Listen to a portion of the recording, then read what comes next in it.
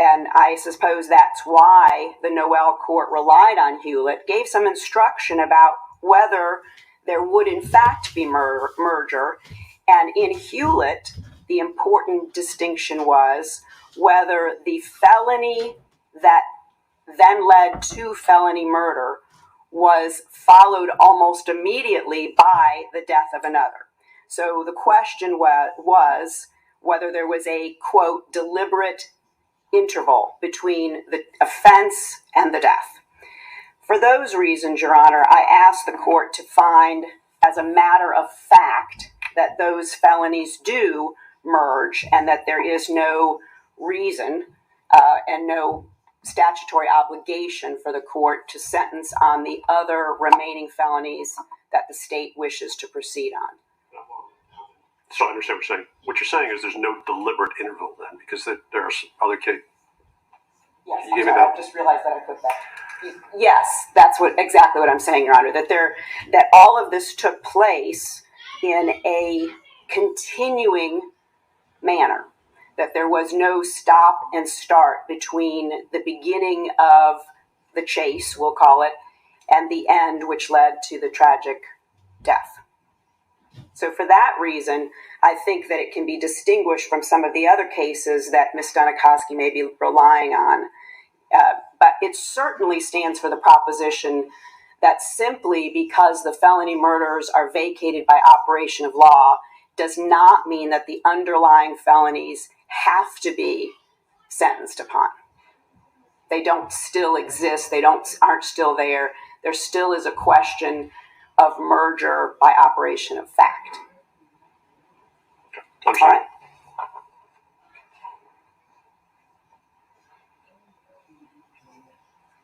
So, between the two statutory sentencing options that are before this court, the state is asking for the sentence of life without the possibility of parole. And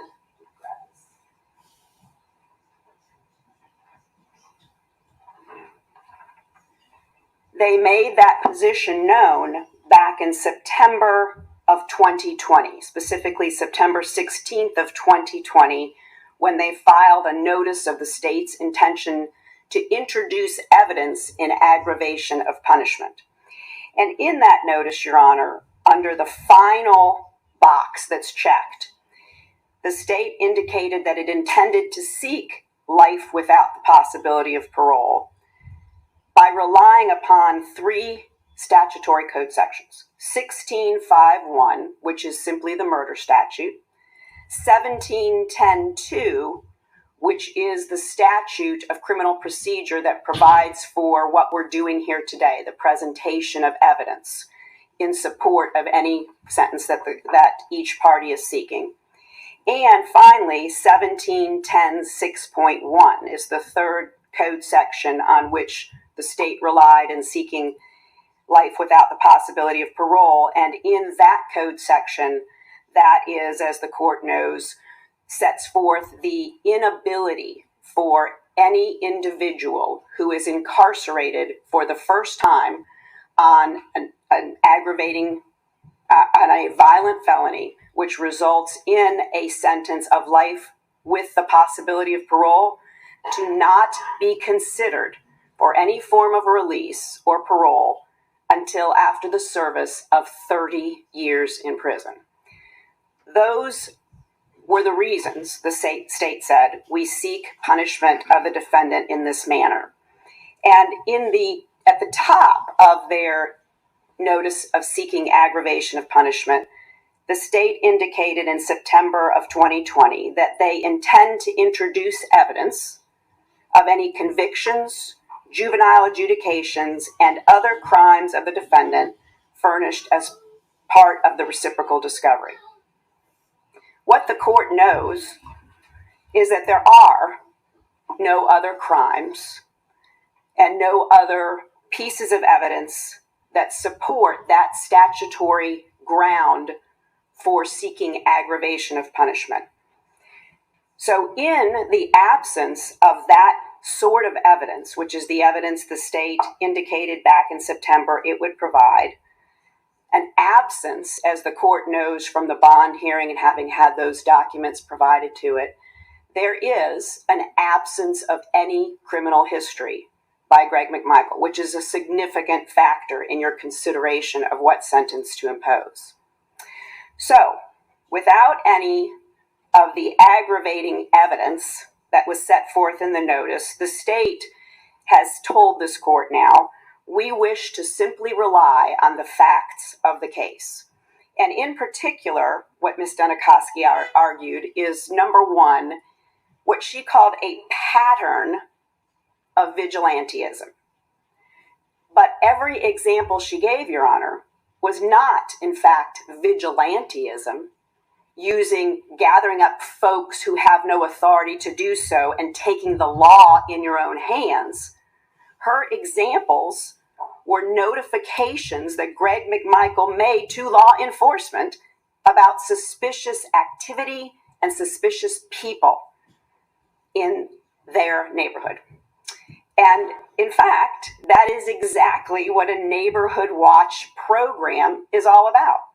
That's what Officer Rash testified to you we can't survive without neighbors who will let us know what's going on and provide us the evidence we need to investigate crime.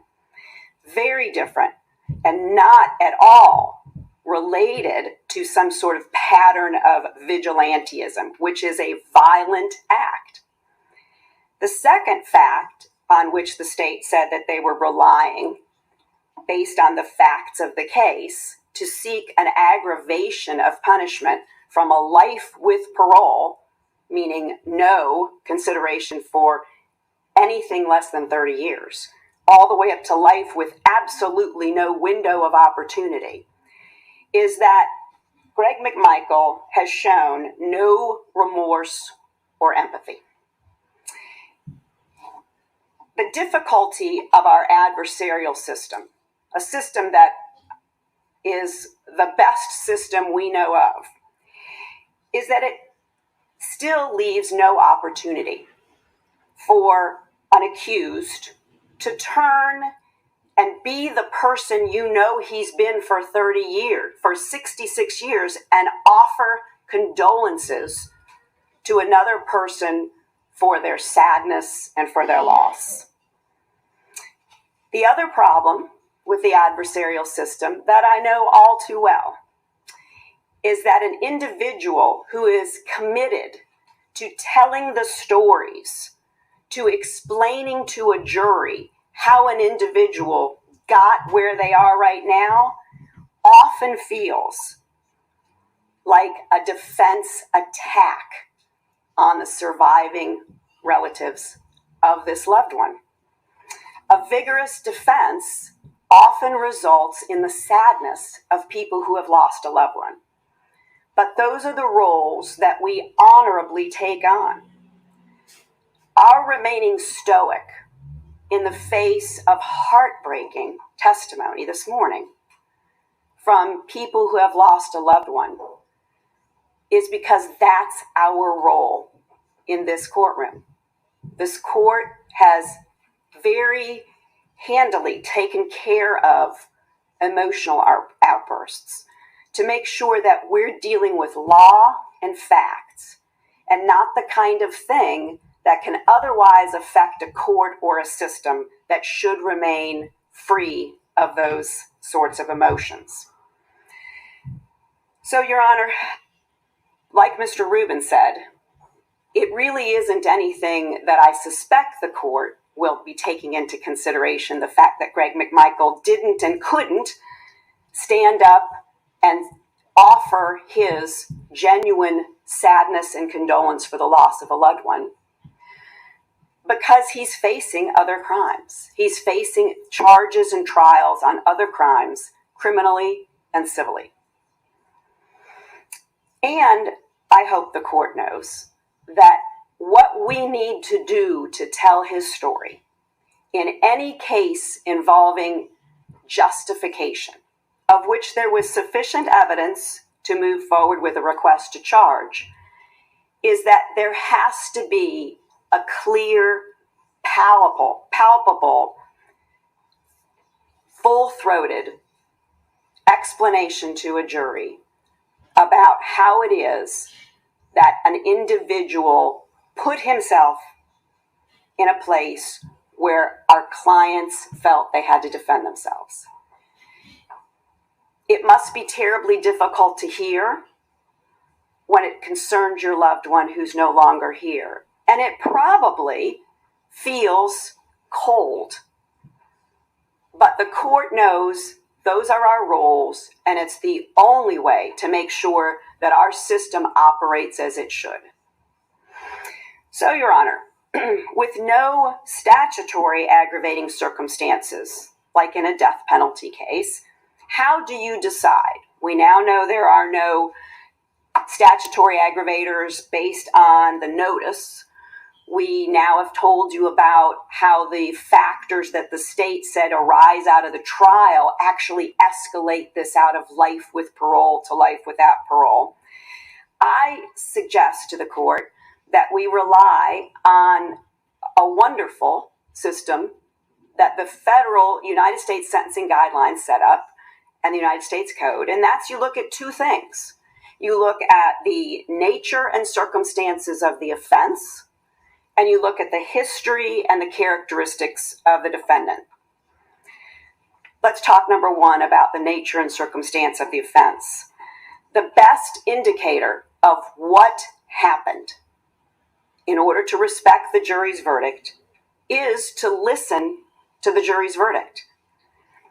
The jury found that Greg McMichael, as a party to the crime, committed felonies that unintentionally led to Ahmaud Arbery's death. After deliberating for over 10 hours, over 2 days, they came back with a unanimous verdict that says, in effect, Greg McMichael did not leave his home that day hoping to kill. He did not view his son firing that shotgun with anything other than fear and sadness. What this jury found is that this was an unintentional act, one that Greg McMichael did not plan, devise, attempt, or seek to have the result that happened. So if life without parole is a sentence that is held for only the worst of the worst, it simply can't be a sentence for a person who never intended that tragic result that took place on February 23rd. If you never wanted another person to die as a result of activities you took part in, you can't be the worst of the worst. Secondly, Your Honor, under 1710(2), the things that this court should consider, you should take in account extenuating or mitigating evidence that you heard in trial.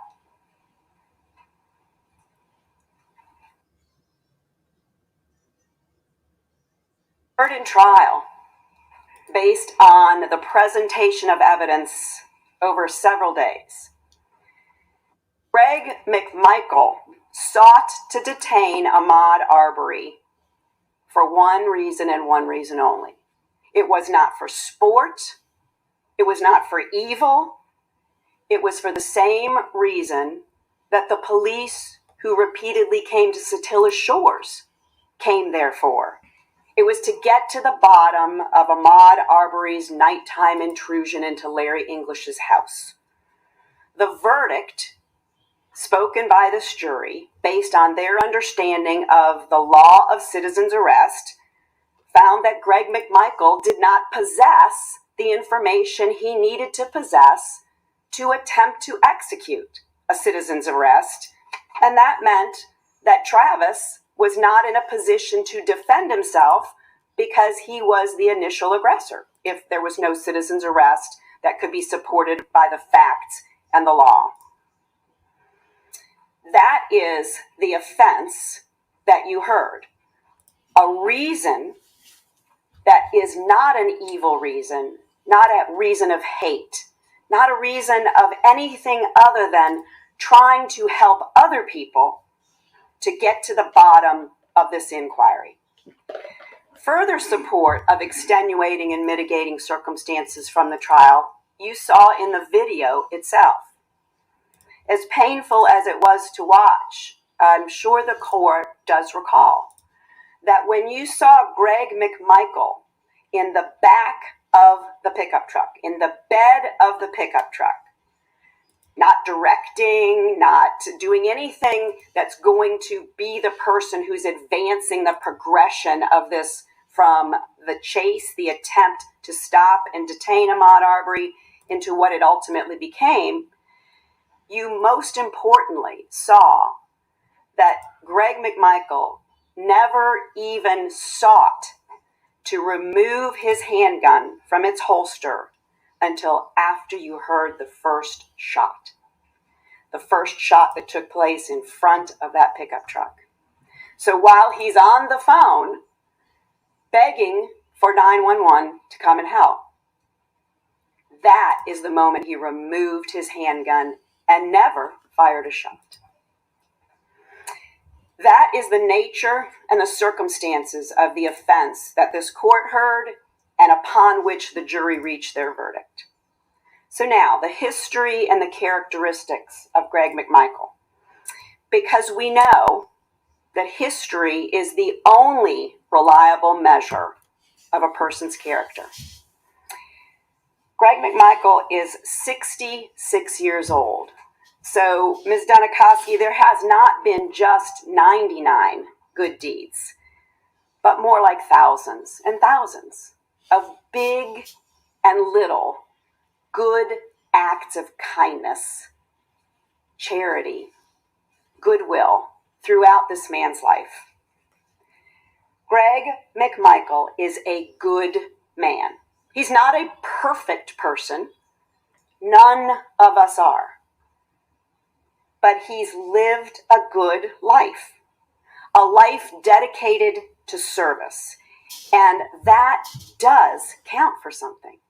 The choices he made as a young man, all the way through the rest of his life, to serve, not to acquire wealth, not to do anything that brought extreme attention to himself, but to quietly go through the business of choosing career options to help other people.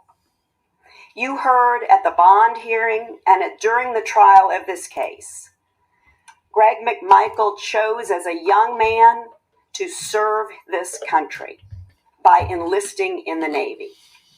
And after an honorable discharge, some years later decided to serve his community. Over 30 years in law enforcement.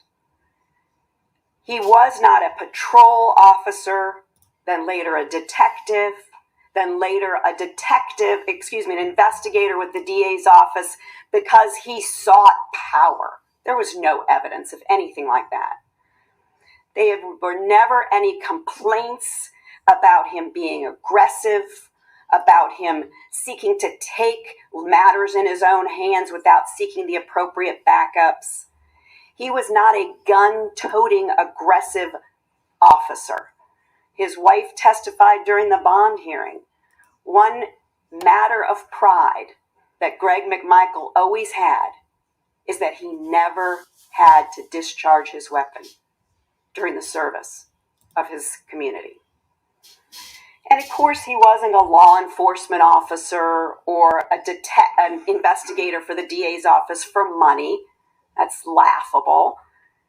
He did it to help. He did it to serve and protect other people.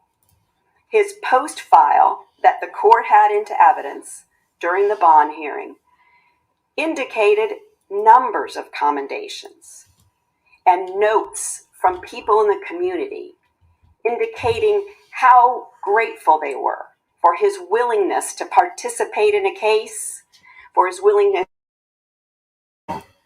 for his kindness to families of people who had lost loved ones. Things that are above and beyond the work that he needed to do.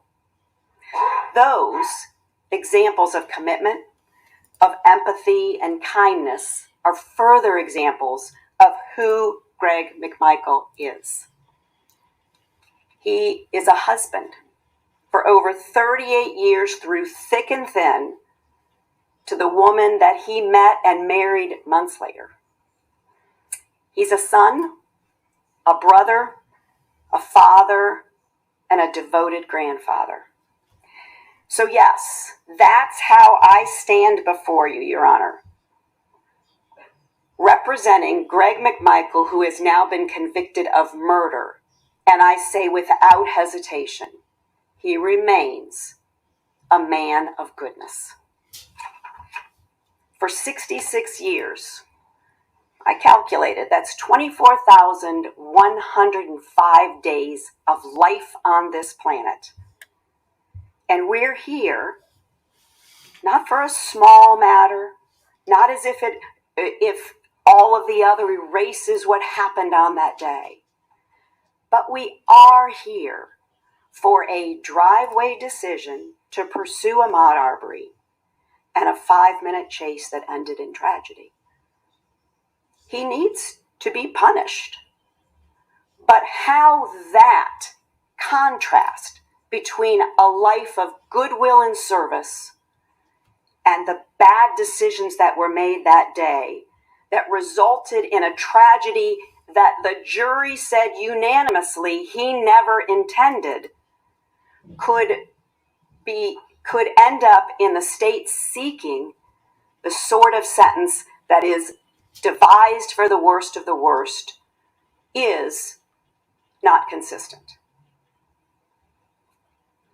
In many courtrooms, Your Honor, that I appear in, right behind the judge, and it might be that way in Chatham County, there is the seal of the state of Georgia. And our Georgia state seal has 3 words on it: wisdom, justice, but most importantly, moderation. Life without parole versus life with the possibility of parole may be nothing more than academic for a 66-year-old man with significant health problems, because it means 30 years, at the very least, in prison. But it is an important distinction. It will affect all sorts of other things that could happen to Greg McMichael while he's in prison. But most significantly, it is the only way, Your Honor, to honor the jury's verdict that Greg McMichael committed crimes for which he never intended the result. For that reason, for the lack of evidence of aggravation, for the presence of significant evidence of extenuation and mitigation, we ask the court to sentence Mr. McMichael to life with the possibility of parole. This chick crazy. That's all I got to say about that. Shout out to everybody in the chat. Mr. Goff.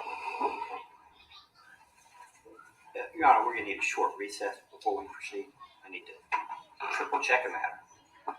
Asking for another recess. All right, well, let's make it realistic. Let's take a 10-minute recess. 10-minute recess, ladies and gentlemen. Thank you. All right, y'all just heard that bull crap that the defense was speaking about. Oh, man, I didn't realize it was going to take this long. So, 10-minute recess. Wow.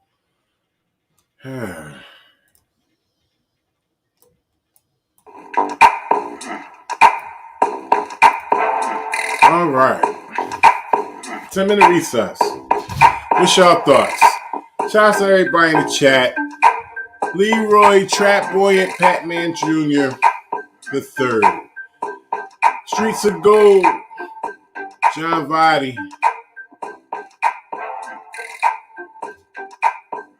Big Will, what up, Big Will? Luis, Community Corrupts, Rhonda. Shout outs to Rhonda. Robert Williams. We just had to get Rusty Cantrell out the stream. He was being very, very disrespectful towards Ahmaud Arbery. Okay? And we don't play that shit here. We don't allow it. And we're not going to stand for it. We're not going to be disrespectful to somebody we lost due to corruption and violence for no apparent reason. So Rusty Cantrell had to get his dusty butt on out of here. Private 9. Mike Cardenas. Sick ass fool. We waiting for about 9 minutes, ladies and gentlemen. They're going to come back in about 9 minutes. I have nothing to say. I still stand on my word. I think they're going to get life without parole. That's what I think. Anybody think differently? Put it in the chat, please. Give me a second. I got to step out. The booth real quick.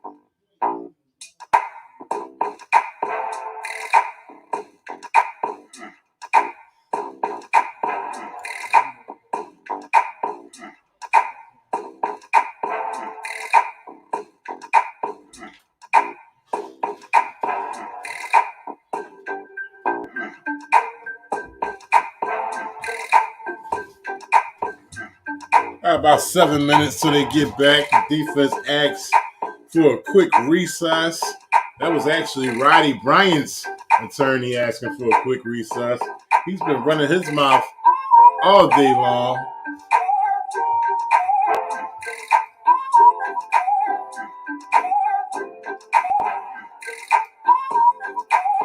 John Vadi says the judge want to laugh at him. But we're going to see the true integrity of this judge when this decision is made during sentencing. We're going to see if he was about it the whole time or if he had, ulterior motives. It's going to come out with this decision. Brian says they are going to jail for a long time. Years of appeals and their age will say how long they will be in jail. Robert Williams says if the defendants were black, we would have had the sentence a long time ago. I said that earlier. Shout out to Robert Williams. I said that earlier. Big Will, holla, what's up, bro? Immunity corrupts. I don't see how that woman sleeps at night knowing she thinks these men are not racist and deserve parole down the road. But see, here's the thing. This is what I feel. I feel as though she's racist along with them. And she's just, now it's just them continuing to push for the fight of no parole, or they're not as guilty as we seen them be in the video. Like they're trying to tell us they're not as guilty as we seen in the video. Okay, that's what they're trying to convey over to the judge. But we know that's bullshit, true bullshit. Private 9 said everyone block Rusty Krusty. Don't worry about Private 9. He's out of here unless he comes back with a troll account. And if he comes back with a troll account, then he'll get out of here again. Westside Accountability says life without parole. That's what I'm going for. And I may be surprised The judge may do something different. But the way I'm looking at it now, it seems like they're going to get life without parole. At least with the McMichael's. Yeah, sick ass fool. I took care of that, bro. I took care of that. We don't need any disruptions during a serious matter like this. We are serious in this chat, and we want to see what the outcome is going to be. And we don't need no interruptions. Okay, we don't need nobody coming up in here disrupting. Jimmy Sharrow, he's still sticking at 35-40, ladies and gentlemen. Jimmy Sharrow in the house. He says 35-40. Okay. All right, and I'm cool. Let me just say, I'm solid with those numbers as well. For all of them. Fuck them. They can do. I can handle that 35-40. That'll be a real sweet hurt piece for them. Okay? Ain't nobody happy doing 35-40. Okay? And it's a minimum and a max. It'll be 30-60 or 40-80. Okay? That's how they play in PA. Sick ass fool said immunity. That woman is a lawyer. You know they have no ethics, just like politicians. That's true. Robert Williams, again, there's really no way you can make a case for the defendants in this case. They weren't under any kind of attack. They were the aggressors all the way across the board. And that's true. They murdered that man in cold blood.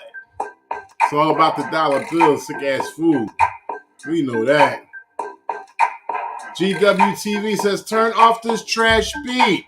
No, you can turn off your phone, my man. You can get off this channel if you don't like the beat. See ya. Paul Miller says, I support life with the possibility of parole. They are old enough to feel the pain of incarceration. Life with the possibility of parole will lock them up for at least 20 years. That time will either kill them emotionally or mentally. Now, we need to add some more to the 20. I'm not happy with the 20. Remember, Ahmad will never come back, okay? It's over with for him to come back. It's a wrap. So these people that killed Ahmaud Arbery, they need to feel every bit of it, okay? I'm going with life without parole. Jimmy Sharrow says 35-40. I'm cool with that, but it has to be more than 20. I'll even bite down with 25, okay? 25, that'd be done. That'll kill him, all right?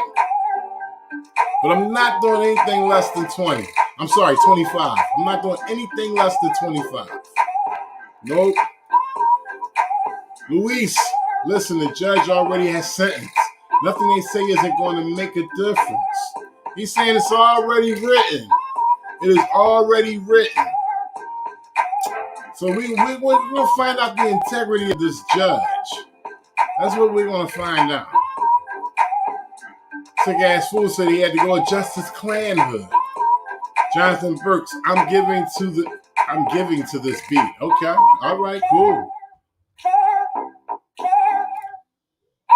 Robert Williams, all this jibber jabber about them being good people is hogwash. They should get life without parole. I'm with that. Jimmy Sharrow, if they were younger in age, I would agree about life sentence, but 35-40 is still life. Yeah, I'm good with that. 35-40, life without parole, I'm good with it. Mike Cardenas, for your information, my father was a Superior Court judge. He taught me how to determine the truth from two people's perspective. The three persons chased down, cornered, and executed an unarmed citizen. These are the facts, and Mr. Arbery's toenails have nothing to do with it. Not a goddamn thing to do with it. I don't care if they were brown and curling to the left. Okay? Didn't have a goddamn thing to do with it. Speaking about that man toenails like that.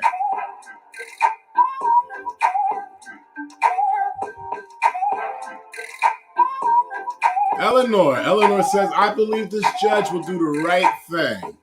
Oh, Eleanor. I hope so. I hope he does the right thing. Shout out to Eleanor. And Just Your Focus said, did they have tacos for lunch? Quick break. Oh no. Ira Z. Shooter get released from jail in a box.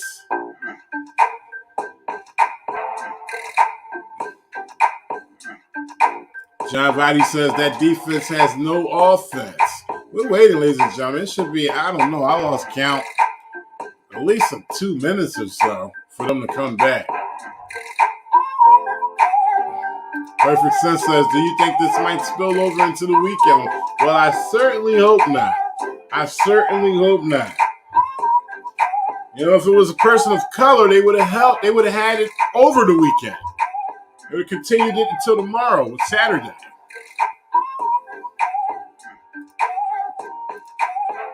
No, maybe I should take that back. That's not quite accurate. It's just actually me being facetious, me being smart. It's not true. Sometimes I lose myself a little. You know, I get upset myself. So let's just hope not that it goes, you know, over the weekend into next week.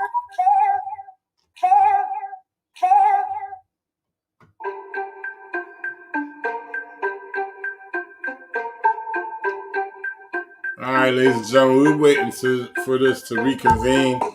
Sentencing of the McMichaels. I'm hoping they all get life without parole. They just sit in there, die in there. You know, one of the things that they ask them when they get processed into prison, where do you want your body sent to in case of an emergency? All right, we're back.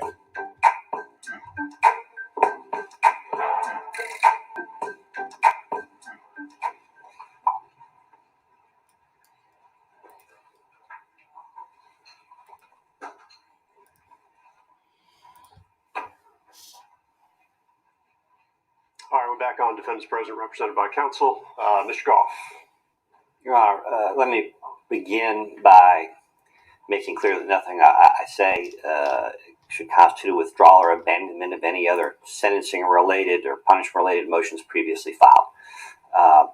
Beyond that, if this were any other case, when it comes to sentencing, I'd be turning to Ms. Donikowski and saying, Judge, what she said. I agree in a lot of ways that the sentence recommended by the state should be the judgment of the court. But this is not a normal case. And out of an abundance of caution, I do feel like I need to address a few issues, but I'll be relatively brief. And there is one issue that the state's sentencing recommendation did not address. I'm pretty sure I know what the answer would be. It won't take them long to give it, but I would put it on the record. Your Honor, like Travis and Gregory McMichael, Roddy Bryan is a first offender. He has no prior felony convictions.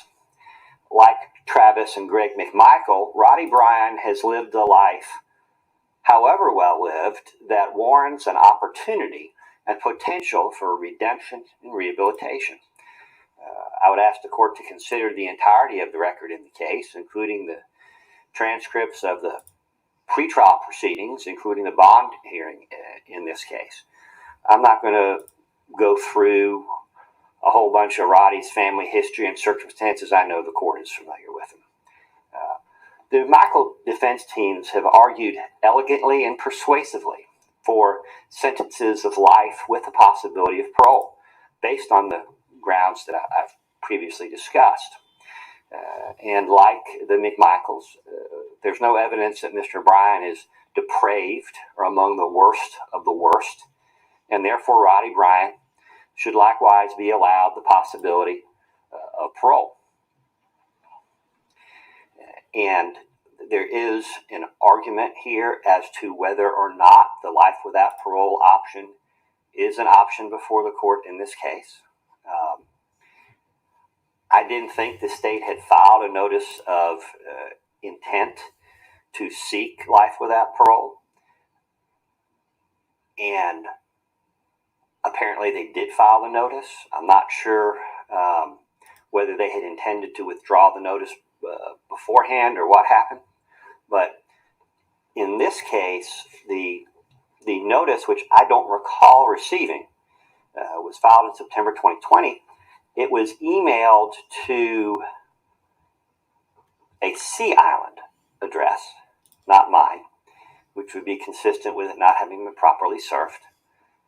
And I would take the position that due to a technicality beyond the control of the state, in this case, and beyond the control of the court, and the service was by the previous Chief Assistant, Jesse Evans, in this case, that technically, not having been served as provided in the certificate of service, that the notice is defective. There still remains an issue as to whether the court can impose sentence anyway without that notice, and that would require the courts resolving two competing statutes. You have the sentencing statute itself, and then you have 16(4), under which the notice was provided. We would suggest a rule of lenity indicates that where the notice has not been served, or there's not proof of proper service, that the court doesn't have discretion to impose a sentence of life without parole. I'll let the court think about that. It may be an academic question anyway, particularly given the state's recommendation, which we're certainly not going to disagree with. But going beyond that issue, Your Honor, while Mr. Bryan is also a first offender and also worthy of rehabilitation based on the life that he's lived, as the evidence reflects, that's where the similarity between Roddy Bryan and the McMichael defendants ends. And I would submit to the court that that isn't the beginning of the sentencing inquiry for Mr. Bryan, the end of the sentencing inquiry for Mr. Bryan. I would respectfully submit that it's the beginning. Now, before getting into that, I do want to address one other. Lawyers probably shouldn't use the word technical arguments, but I would contend that count 9 merges into count 8. I don't think alleging separate streets that the chase is occurring on changes it. If someone was chased through the city of Savannah, I don't think that you could argue that there were 15 different attempts at false imprisonment or 15 different false imprisonments. If you went down Montgomery and up MLK and across Broughton and up the President and down Julian, I don't think you could multiply counts that way. I do think that 9 is an inchoate offense that obviously merges into 8. And because the motor vehicle that was used in this case was used in the context of the chase, there's a factual merger. And I think it's more or less the same argument that Ms. Hogue was making, but I could be mistaken. And so I want to adopt her argument as well, to the extent it's expansive beyond mine, and specifically a recitation of the Knoll and the Hewitt cases. Having done that, I want to get into what I think is where the sentencing inquiry for Mr. Bryan really begins, because this is a kind of unusual case. To me, there are 4 additional factors that the court has to consider in fashioning a sentence here. And then the question becomes how the court does that under the laws of our state. We've already challenged those laws. The court, not surprisingly, given prior decisions of our Supreme Court, whatever standards may be evolving until the Supreme Court says they have, this court applies the law that we have. But there are 4 factors here that I think the court has to. The court never has to consider anything I think the court should consider. Issue number 1 is the jury verdict says that Roddy Bryan was not a party to the shooting, nor a shooter. Roddy did not kill Mr. Arbery. He did not attempt to kill Mr. Arbery. He did not intend to kill Mr. Arbery. He had no idea that the McMichaels had guns until moments before the shooting. And that's not just an opinion. That's pretty much the jury verdict. When they acquitted Mr. Bryan, not only at count 1, but also count 2 and count 6, when they found him not guilty of anything related to the shooting, that's a reflection of the fact that Mr. Bryan had no idea of what was about to happen. That tragedy was certainly not something that he could have anticipated up until the moments before. And by saying that, I'm not trying to get back into the charge conference issues. It's a different factor here at sentencing. But Roddy Bryan was not a vigilante. He was not a party to any organized effort to fight crime in Satilla Shores. Roddy Bryan really had no idea what was going on or why until after the tragic death of Mr. Arbery. And I think the state pretty forcefully drove that issue home during its closing argument in this case. that factor really puts Mr. Bryan in a different position. Mr. Bryan isn't the one who brought a gun. He was unarmed. And I think that reflects his intentions, and it reflects a significantly lesser state of culpability. The second issue, Your Honor, is the issue of remorse. Now, like the McMichael defendants, Mr. Bryan faces a federal trial and substantial federal penalties in the event of a conviction. And I would agree with Mr. Rubin that no competent attorney in the state of Georgia under these circumstances would allow a defendant to say anything more than they already have. But in this case, distinguishing again Mr. Bryan from the McMichael defendants, Mr. Bryan has expressed remorse. Whether it's part of the record or not, he expressed remorse about Mr. Arbery's death even before he was arrested on national television. As the family, of course, has not accepted that, and they don't have to, Your Honor, and we can all understand why.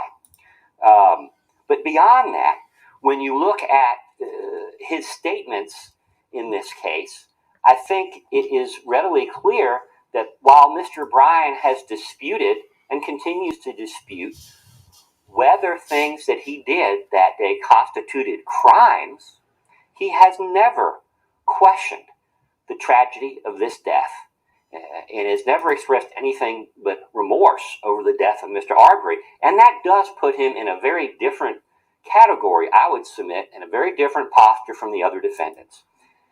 And I would remind the court, and I'm not going to spend a lot of time on it because the court heard most of this, but, during the trial, the court heard the body cam from Mr. Minshew. Mr. Bryan admitted from the get-go that he chased after Mr. Arbery, that he was uncertain as to whether they should have done that. He wasn't running around the scene trying to influence witnesses' testimony, as the state alleges other people have done. He was very candid and straightforward, and you heard his demeanor on the video at the crime scene. You heard the excerpt from the interview with Detective Lowry, and of course the court has the entire statements in the record, where Mr. Bryan expressed, again, regret that Mr. Arbery died. He pointed out that, if his vehicle had collided with Mr. Arbery, maybe Mr. Arbery would still be alive. And not in the context of wanting to hurt Mr. Arbery, but in the context that maybe he would still be with us. And this tragedy might have been something less. Beyond that, Your Honor, there were a number of statements made to investigator Sechrest, Special Agent Sechrest, during the investigation of this case, which technically, I believe the statements themselves, the transcripts and the videos were admitted into evidence at the Jackson v. Deno hearing. At least that's my practice. I don't have a transcript to look at, but that's normally what I do. And moreover, I think they were tendered in connection with the preparation for the trial itself. And I think technically during the trial, they weren't presented to the jury, but the court can consider those. On May 11th, Mr. Bryan, I'm referencing page 69 of that transcript, indicated that he did not want to see the video in the aftermath of the shooting. He didn't enjoy it. He didn't take any pleasure in that. On May 13th, at page 75, Roddy Bryan expressed shock to Agent Sechrest at the shooting of Ahmaud Arbery.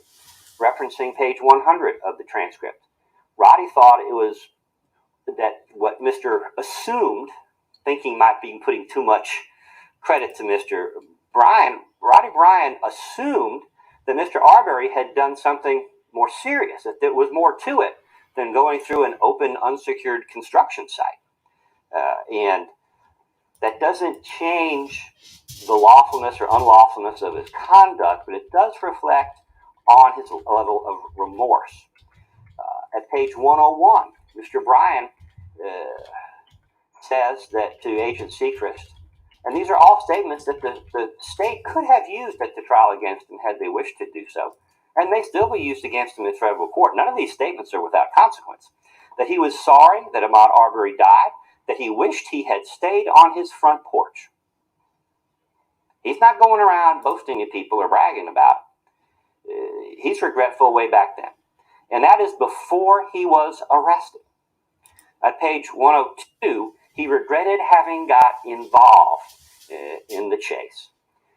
And, Your Honor, I think when you take those statements in conjunction with the rest of the evidence in this case, Mr. Bryan has done everything he could do, short of confessing to committing felonies on national television, that he is remorseful and regretful at this tragic loss of life.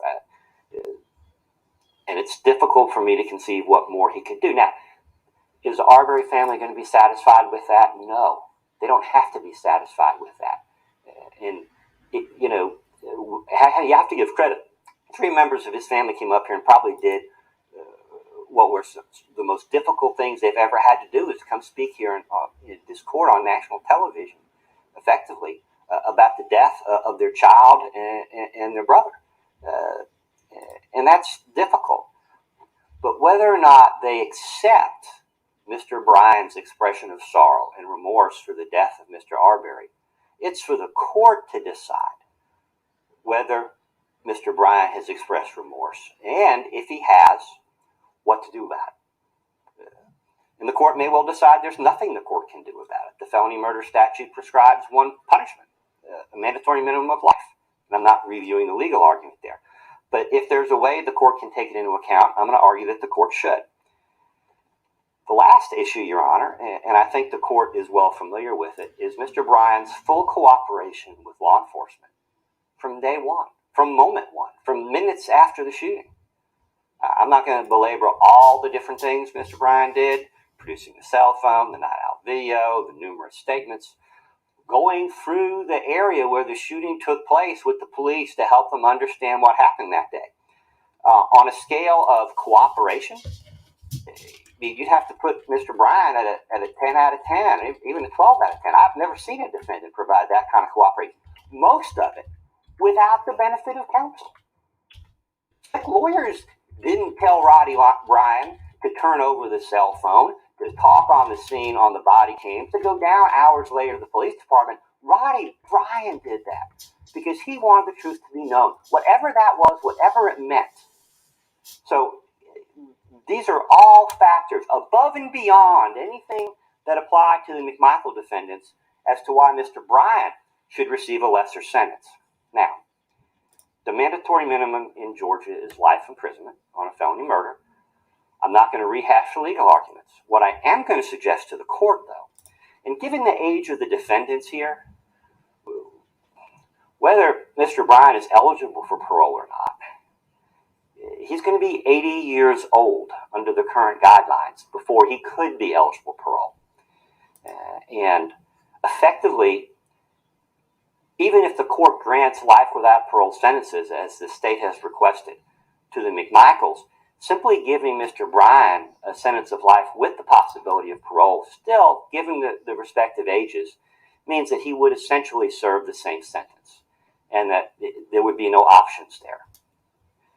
So I'm asking this court to consider sentencing Mr. Bryan and Mr. Bryan only under OCGA 17-10-1B, which, at least in my experience, is relatively rarely employed, but perhaps underused, especially given the evolving standards of with respect to sentencing issues. Under 17-10-1B, as I understand it, a request for relief from parole restrictions may authorize consideration by the parole board of parole prior to the completion of any specified time period otherwise required prior to parole eligibility. Imposing sentence under this statute does not grant Mr. Bryan parole. He still may never receive parole. He could still die in prison 50 years from now, even if the court grants relief under 17-10-1B. All that does, however, is it gives the parole board the freedom, if you call it that, the ability to parole Mr. Bryan whenever they see fit, regardless of any statute or rule that would otherwise prevent it. Now, Mr. Bryan still has a long road here to establish the redemption and the rehabilitation that would justify his ever being released from prison. So, as I've explained to Mr. Bryan, this doesn't guarantee him that he would do 1 day less in prison than he would otherwise do under the sentence that the court is about to impose. But what it does do is provide the opportunity for the parole board to exercise its discretion in deciding whether to release Mr. Bryan when they believe it would be appropriate and not based on some arbitrary, preconceived, mandatory minimum time period before he could be considered. And I believe that this is that rare, exceptional case where relief under 1710(1)(b), however fleeting it might be, depending on the circumstances, that this is a case where that would be appropriate. And I would respectfully submit to the court that as a practical matter, it's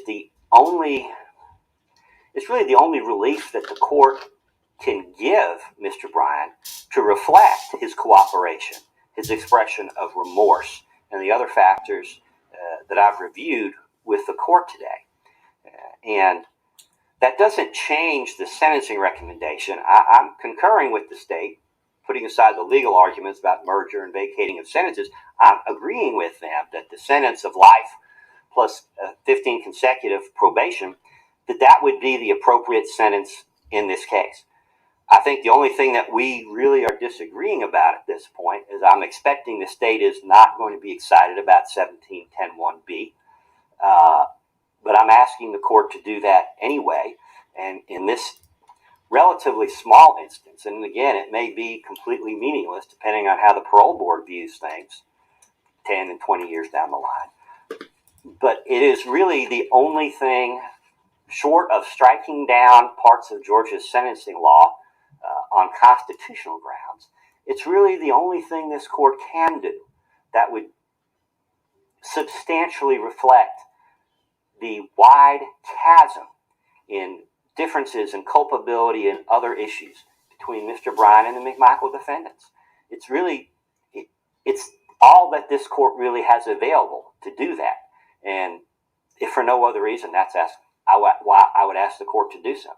But I do think it would be in the best interest of justice. I mean, Your Honor, Roddy Bryan probably, I won't say he's unique, but he's pretty as close to unique you can get in our criminal justice system. It's a felony murder for someone who didn't kill or attempt to kill or intend to kill, and it's in the context of a citizen arrest. However foolish and badly guided and misinformed, and certainly however unjustified under the law, there probably isn't another individual in the entire Georgia prison system that's in a similar posture. And thanks to the changes the legislature has made to the citizen arrest statute, it will certainly never be an issue again. So this is a request that we're making here on behalf of Mr. Bryan that would effectively impact one person now or in the future in the state of Georgia. And we're not asking that as special treatment for Mr. Bryan. We're asking it as treatment that anyone in his situation would be asking for, given the totality of circumstances present to the court. So again, we're asking the court to impose a sentence of life imprisonment plus 15 years, but we're also asking the court to grant relief under 1710(1)(b). Thank you, Your Honor. Jeez. All that. Thank you, Mr. Goff. From the state.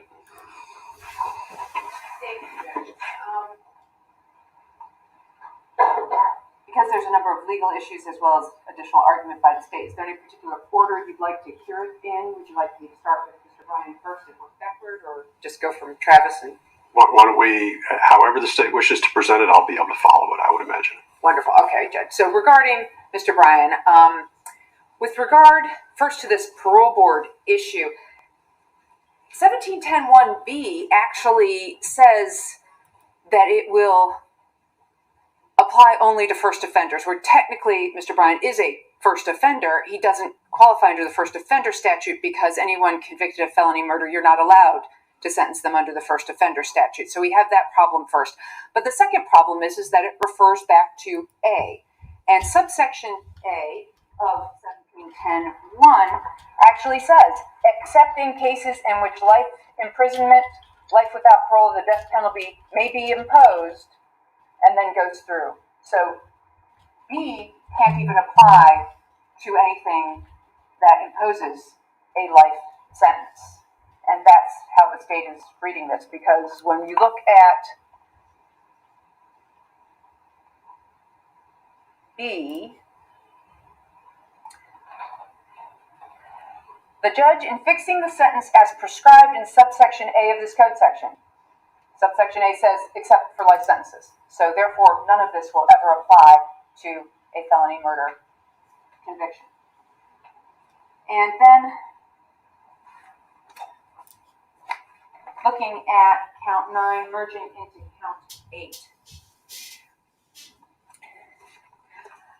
I understand factually the issue that Mr. Goff has brought up on behalf of Mr. Bryan, that two separate instances, one, an attempt to confine him taking place on Burford, was just a continuation of something that was going on and on and on and on.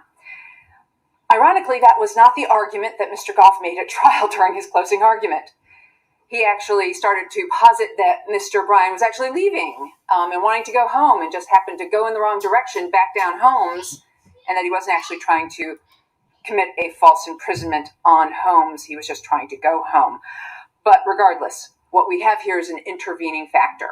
I didn't know Mr. Goff was going to make this argument, but I believe there's a case out there that involves aggravated assault and aggravated battery. And it involved a man who had cut the female victim's throat and then also cut her face. The aggravated battery was on the face, the aggravated assault was on the throat, but there was an intervening time frame. And so on the one hand, I do know that there are numerous cases out there where if you start shooting at somebody and then continue to shoot, it's all one aggravated assault. Okay, there aren't separate aggravated assaults for each time you fire, unless there is an intervening actual time frame where you've shot, they've run away, you've chased them down, and now you're over on another street, like we have in this case, you've encountered them again, and now you start shooting again. Because there's two different locations, two different specific places and times, that allows the state to charge it. And the reason it allows the state to charge it is because what you're really trying to do is prevent the state from engaging in double jeopardy. You don't want the state to be able to go on January 3rd on Burford, I'll do our case. On February 23rd, 2020 on Burford, you attempted to falsely imprison him. Oh, not guilty. Okay, well, we'll go ahead and move it over to Holmes and we'll get a new indictment and we'll do it over there on that date. So you want to keep the state from going ahead and doing two different things in two different bites of the apple. You want to make sure there's no double jeopardy here. Well, in our case, we don't have double jeopardy here because we have two different separate instances and they're both in this indictment and they're both two separate time frames. Yes, very close in time, between 4 minutes. I know I'm kind of giving court both the defense side and the state side. But to be candid with the court, there are cases out there, especially the gunshot cases, that say it's all one continuous action. The state's position in this indictment, and one of the reasons we specifically indicted it this way, is because Mr. Bryan's attempt at false imprisonment on Burford was specifically done with his pickup truck when he tried to run Mr. Arbery off the road and tried to attempt to falsely imprison him right there with his truck. He attempted 4 different aggravated assaults on him at that point in time to get him to stop there. He was unable to do it. That's why it's a criminal attempt. However, over on Holmes, after he went up and chased him up, and then we begin the video, and Mr. Arbery turns back, Mr. Bryan does continue to go up Holmes. He actually goes up Holmes. It's on video. He pulls into a driveway. He says, I'm going to go ahead and keep going. He does a 3-point turn, and then he comes down Holmes. He encounters then Mr. Arbery coming around the corner, and that is where that actual false imprisonment absolutely takes place, right there on Holmes, where Mr. Arbery is ultimately falsely imprisoned and killed. So these are two separate, distinct incidences, and there is no chance of double jeopardy because both of these things are distinct. They took place at separate places and separate time frames within the incident. So we ask that count 9 not merge into count 8 for Mr. Bryan.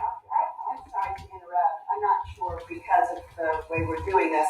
I did want to point the court to another case with respect to this issue that's been drawn back to the merger issue that I raised. And that is the point is whether or not it's a continuing offense. Kidnapping is a continuing offense. So, for example, if someone is moved, an asportation occurs, all the places during that movement are one crime. And I'll cite to the court Hill versus the state, 279, Georgia Act 666, a 2006 case that's cited in Brower versus the state, 298, Georgia Act 699, a 2009 case. It says that the offense of kidnapping is complete when, in this instance, Brower seized the victims, forced them to the back office in the case of the office staff, and when he taped up and moved the attorney from place to place in the office. So the movement is the question is, if kidnapping is not a continuing offense, then is false imprisonment, and I've done a search and I just don't have the answer to that. We'll keep the state to its argument. Understanding that with the kidnapping, the issue here, I think, is slightly different. As I understand what the state's arguing is the way that false imprisonment and the attempt was alleged in the indictment was that the attempt occurred on Burford. There was an intervening interval. And then later, short period later, but later, there was a completed act on Holmes. Okay, that's the argument that I understand is being presented. And that's why I'm going to look at the merger part of it. Now, how that fits and whether or not it merges, I'm probably going to take a few more moments to think that through and how that works. But that's what I understand we're looking at as far as the legal issues. I understand the kidnapping part of it. You have a kidnapping, just because you move them within the office, we're not going to allege it. Flip side of that is, look at some other statutes like I won't tip at windmills, but when you look at police chases, you can be charged with obstruction 5 times in the same chase. So, the issue may seem simple, but it's not. But this is the way I'm going to approach it. Okay. Thank you, Judge. And I believe the reason for the merger really comes down to the issue of double jeopardy, because you have to put the defendant on notice, because you do not want there to be an opportunity for the state to come back with double jeopardy, which is why you want to get as specific as possible, and which is what we did in order to designate these 2 separate instances in time and in place. So that is the state's argument as far as count 9 merging into count 8. And that is what I have for Mr. Goff.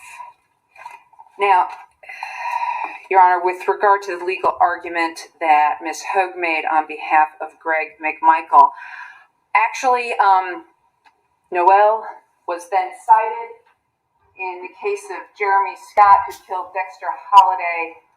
It was a Fulton County case. Embarrassed to say it was my own. And in that case, we had to resentence Mr. Scott because what the court did was sentenced him on the felony murder conviction, but then actually when he was found guilty of possession of a firearm by a convicted felon, the court went and took the possession of a firearm by a convicted felon, merged it into the felony murder, then merged the felony murder into the felony murder for the armed robbery. And the court went and cited to Noel. And this is Scott versus the state, 302 Georgia 29. It's a 2017 case. The state notes that, based on Noel versus the state, the trial court erred in merging the felony murder convictions and then merging the predicate felonies into the remaining murder conviction. When the trial court sentenced Scott on count 2, the felony murder based on aggravated assault, count 3, felony murder based on possession of a firearm by a convicted felon, was vacated by operation of law. Therefore, count 6, possession of a firearm by a convicted felon, then cannot merge into count 3, which stands vacated. We therefore vacate the merger of count 6 into count 3, meaning the possession of a firearm by a convicted felon, into the felony murder that it's based on, and remand for resentencing on count 6. Now, factually, you are a convicted felon at the moment you're shooting that person. It happens at the exact same time. So I think that kind of goes towards that, well, if it's all happening at the same time, it needs to merge together. And I will also direct the court to a case I affectionately call the El Camino case. Once again, unfortunately mine.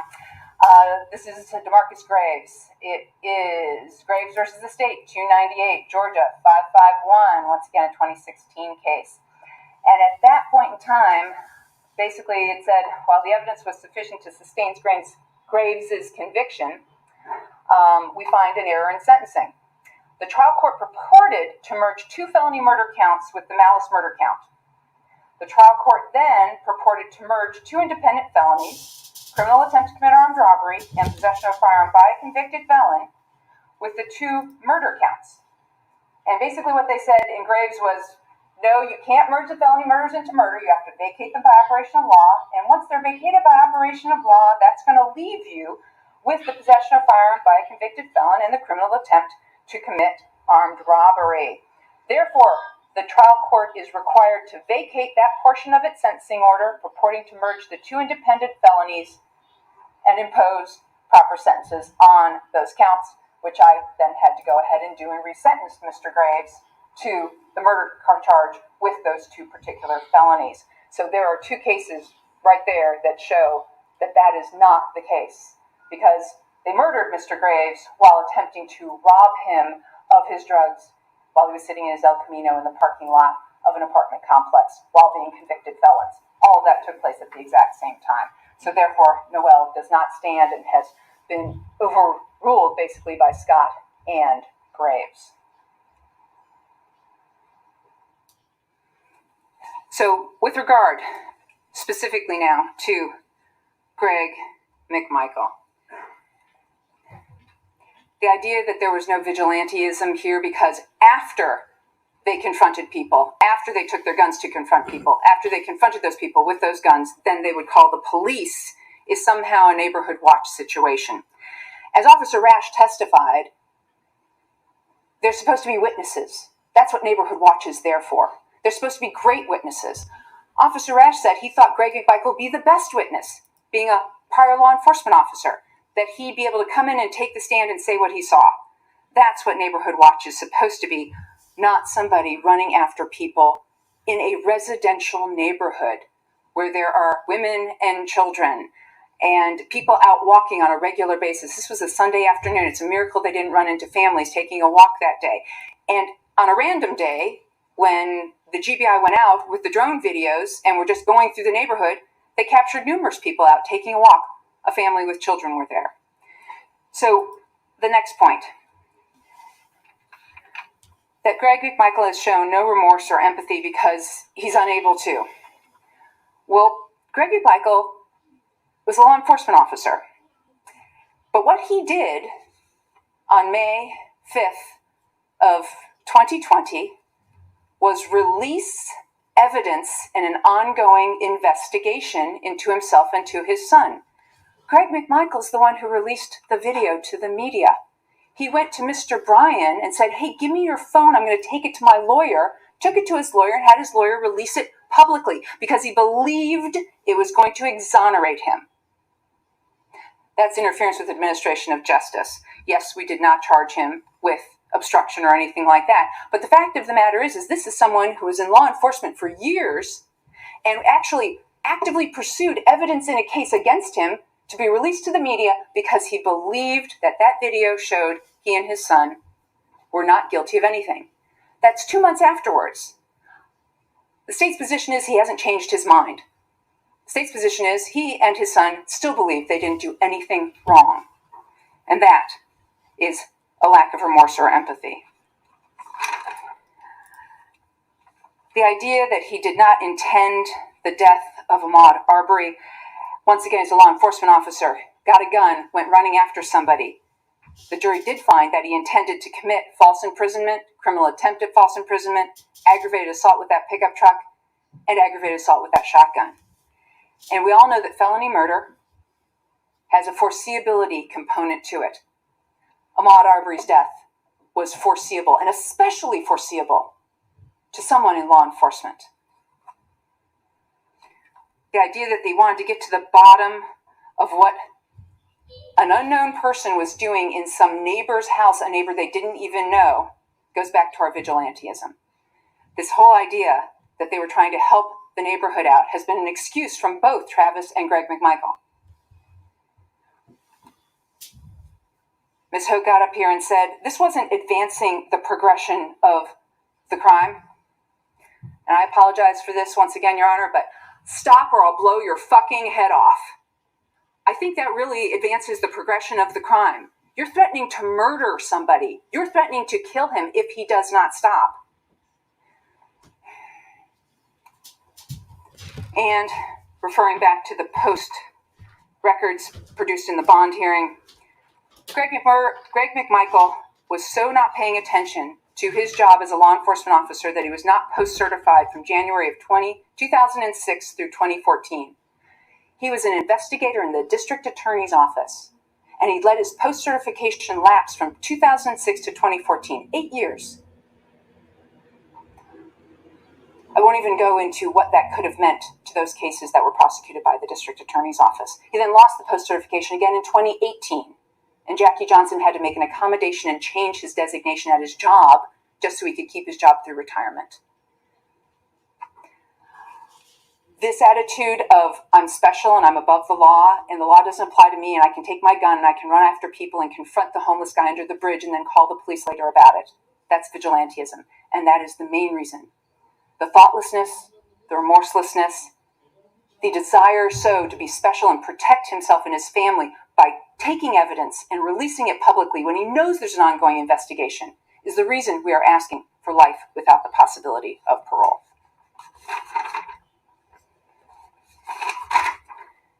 And with regard then to Travis McMichael.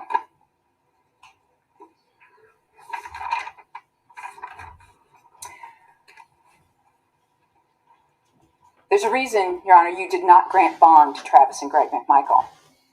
Mr. Rubin went back to all of those things listed in the bond hearing. The state will also direct the court to things the state presented in the bond hearing, including his text messages with all of his offensive racial animus and language.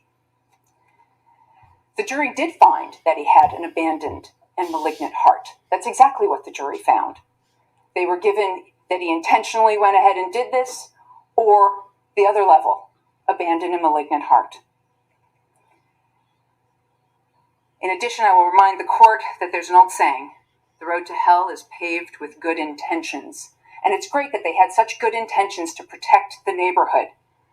But the thoughtlessness, the lack of vision to know how this could go terribly, terribly wrong. And the fact of the matter is, Your Honor, it was a year and a half. February 23rd, 2020. November 2021. Travis came in here and testified. The state asks that you take into consideration his demeanor, his attitude.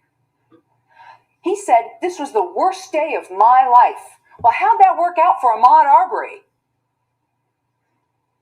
Not once did he show any empathy or ability to place himself in the position of Mr. Arbery on the stand. And yes, 4 minutes of conduct. Well, 4 minutes of conduct. Usain Bolt won 8 gold medals. When he runs those races, they're less than 2 minutes long. But the reason he's able to do that, the reason he is able to win, is because of 20 years of training that leads him to those 2 minutes. Those 4 minutes are a reflection and a result of an entire lifetime of Travis McMichael and his attitude, his demeanor, what he believes he's entitled to go ahead and go do. The same applies to Greg McMichael. That 4 minutes of conduct wasn't just 4 minutes of conduct. It was a culmination of vigilantism. We get to go ahead and play law enforcement even though we're not. And that we're going to go out and confront people. And we're going to take our guns to go do it without any real understanding or consideration of the consequences.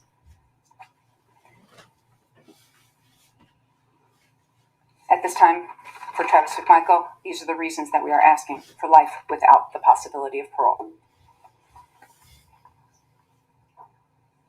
Thank you, Your Honor. All right. being all argument and evidence presented, and I say that just to be clear on the record, there had been some discussion with counsel about evidence and the record. The court is going to leave the record open, as I understand it, for what's going to amount to a notice of filing and 2 affidavits, just in order to preserve arguments made during the trial on appeal. I'm going to take about 10 minutes, maybe 15 minutes, and go through my notes, and then the court will pronounce sentence. We are in recess for 15 minutes.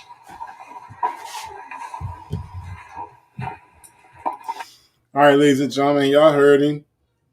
He's going to take 15 minutes, he said, and he'll come back with sentencing. So are you guys willing to stay in the stream, or should I come back with a fresh stream for sentencing? Because we do know when he come back, he will announce the sentencing. Let me know in the chat.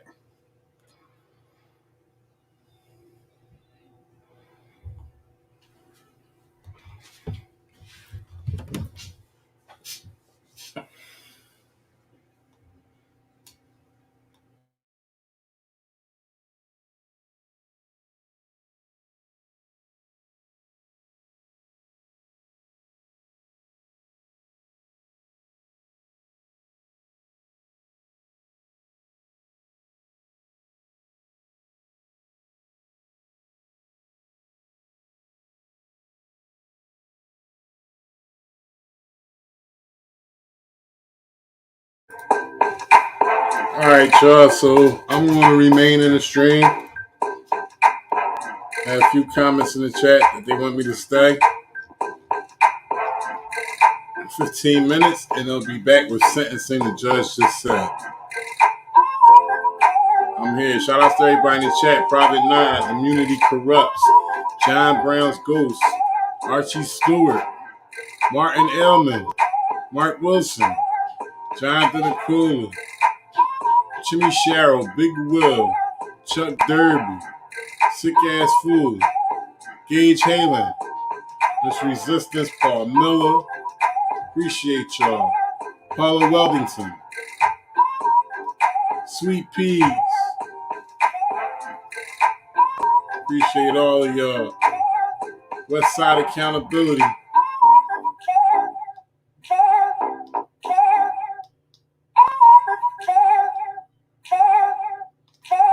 we are waiting for the judge to come back for sentencing, ladies and gentlemen.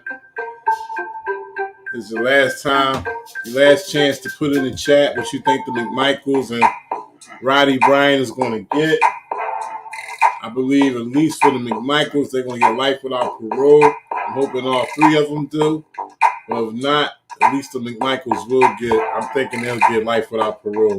That's just what I think. I could be wrong.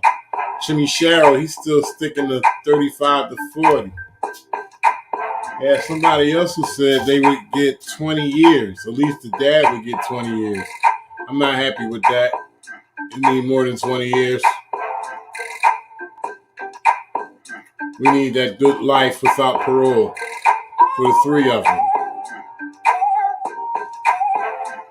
That's what we need. So we waiting. I ask y'all to hang in there.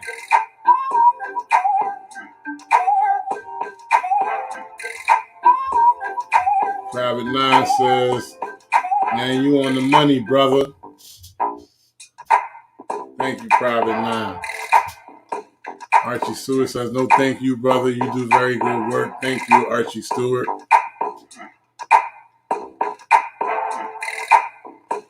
Miss Resistance, you are appreciated, King. Thank you very much. Paul Miller said, keep it flowing.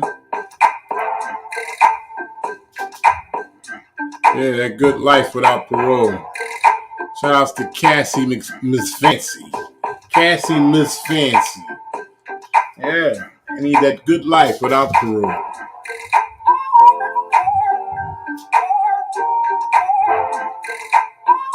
John Brown's Ghost says, I'm with you on a verdict.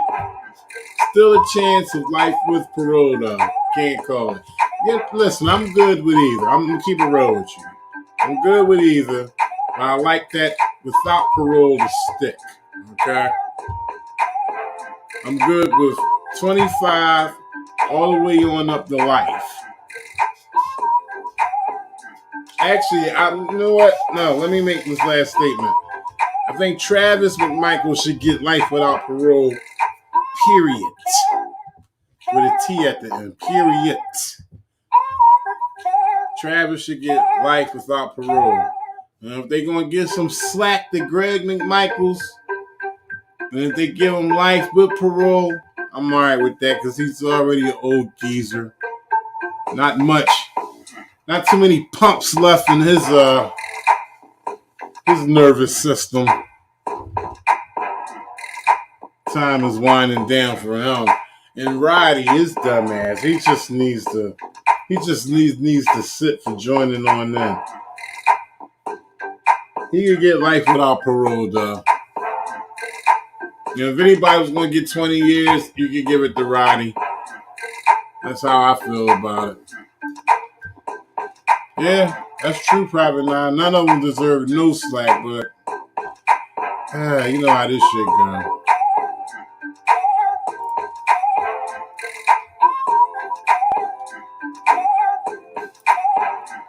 That's right, period. Shout out to everybody in the chat, man. I'm so burnt out. Wow, we've been doing this for how long now?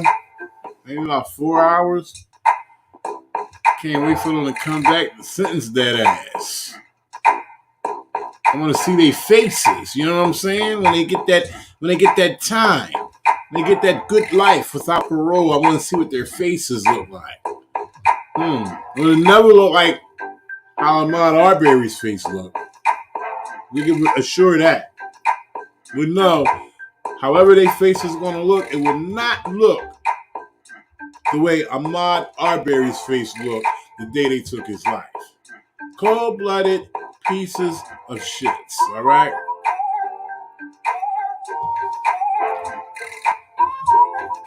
Alistair Walcott, he says, we know what they deserve.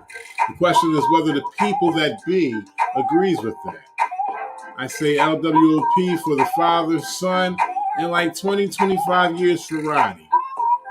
Yeah, that's cool. I'm good with that. I'm good with that.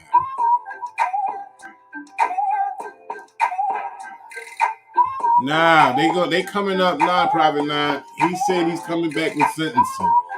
This is their ass. We got what, 10 minutes? I'm hanging in there. Shout out to Richard Ellis. Robert Williams said the older guy, Daddy McMichaels, will not live another 30 years. Yep. But we're not gonna gamble on this shit, okay? We know pieces of shits live a long time. Trust me. I know quite a few of them, and they're still alive. Pieces of shits will live a long time. And I kind of believe that's their punishment for all the bullshit that they've done. I'm speaking in general, all pieces of shits that live for a long time. They live for a long time because all the bullshit they've done throughout their life, they have nobody around.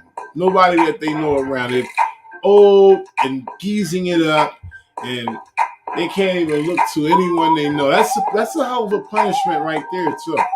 So, yeah, shout out to Robert Williams. The older guy won't live another 30 years, but we're not going to gamble on that. We're going to stick it to his ass. That's what we want.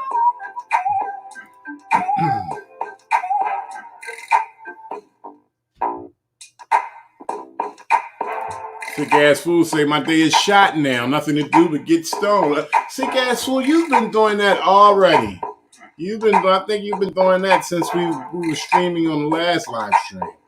But no, it's not shot because you're here on the Resistance platform waiting for that ass to get sentenced. I'm talking about the McMichaels and Roddy Bryan. Yeah.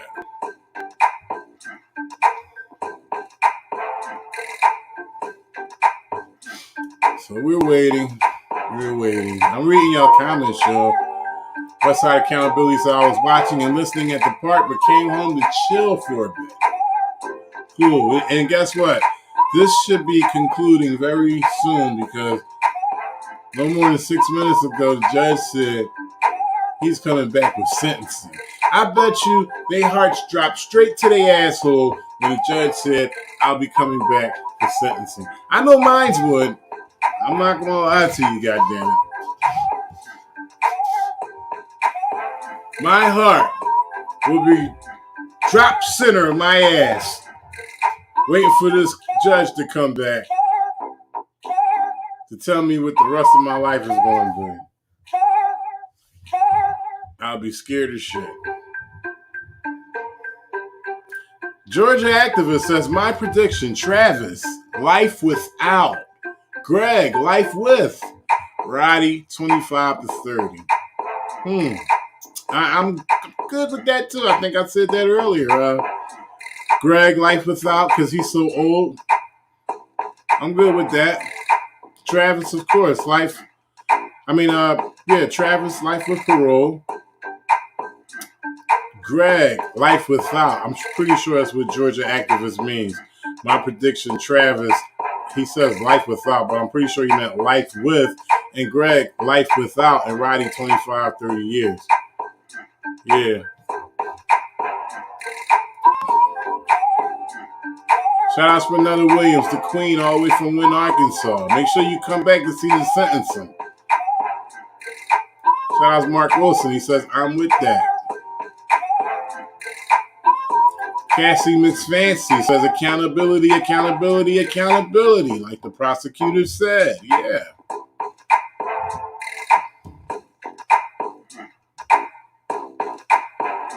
Private Nine says, still not enough. They give everyone else no mercy. What is good for the goose is good for the goddamn gander. Oh, yeah. They need to stick it to them. Shove that time straight up their ass. Take that with you. And if they happen to say, well, I can't do all the time, then the judge should reply, well, do the best you can. Do as much as you can. I don't know if anybody understands that, but that basically means do as much as you can until you hang it the fuck up. Yep, that's what that means. Shout outs to everybody in the chat. We are waiting for the judge to come back. The McMichael's case. It is now sentencing time. And these goofballs have to go.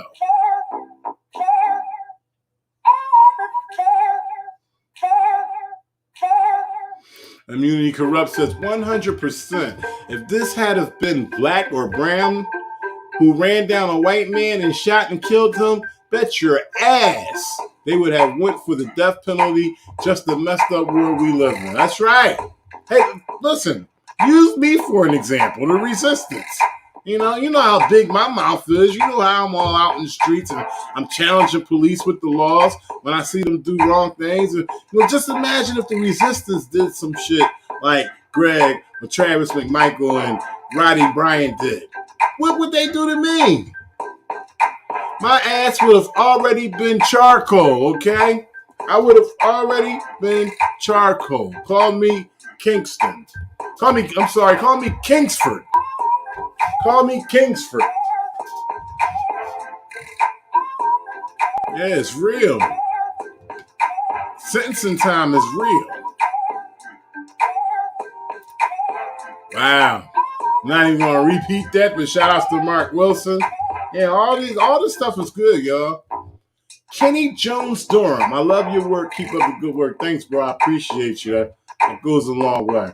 That's gonna probably have me come right back on tomorrow. That little comment right there. Shout out to Kenny Jones Durham. Appreciate y'all engaging the way y'all engaging in the chat as we are awaiting sentencing for the McMichaels and Roddy Bryan, the dumbass who was on his porch fucking with all the little tinkers that he had and seen what was going on in the street and decided to join in. He should get life with parole just for that.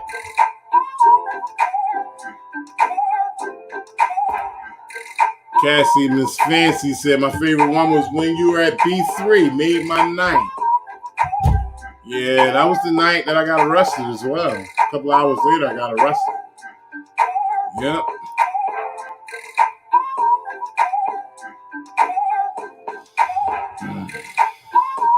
Anybody know how much time we have left? Does anybody know how much time we have left until we are able to hear how much grass will be the McMichael's ass?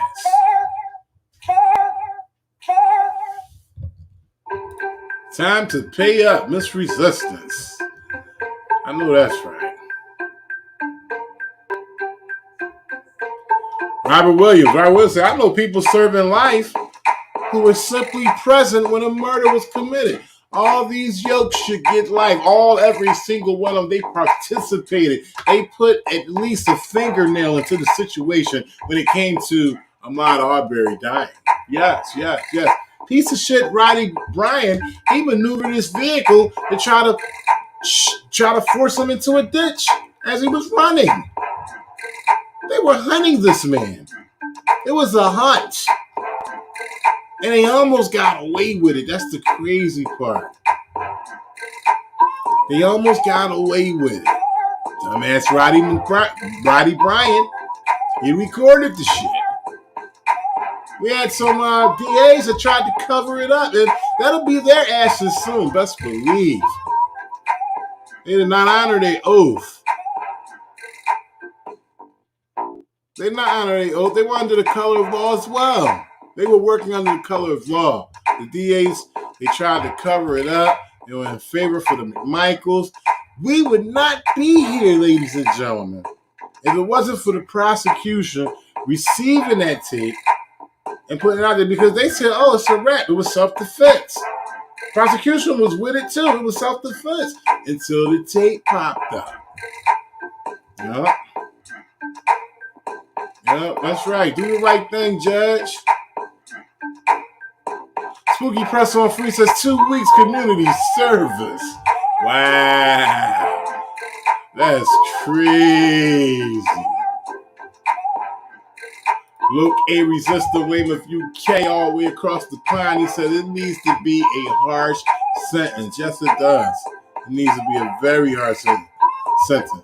Sick ass fool. These breaks are long because they have to keep reminding the defense and murderers to remove their clan hoods before returning to court.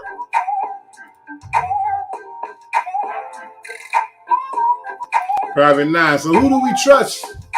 I trust me, that's who. I trust me, that's who. Sweet Peas is still here getting some work done in the meantime. She got me in the background.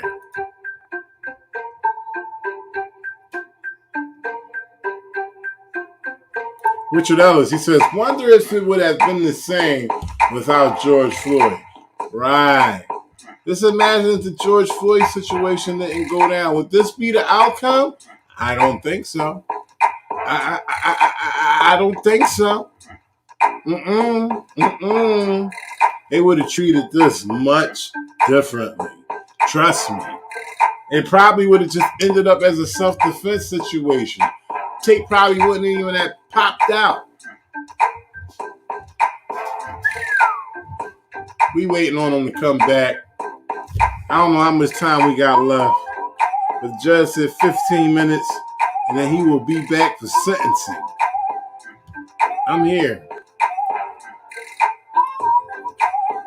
In the meantime, if you're new to the Resistance channel, on Facebook, YouTube, my backup channel is Eyes on Blue Bloods.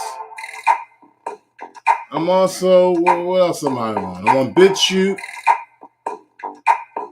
Where else am I at? I'm on Odyssey as well. They never take content down on Odyssey.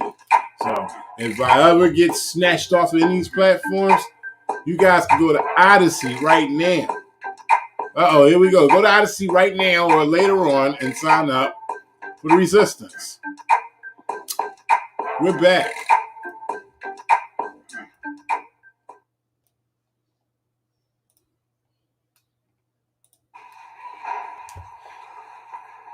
Shout out Resistance Level is Feudal. All right, we are on. The defendant is represented by counsel. Here we go, y'all.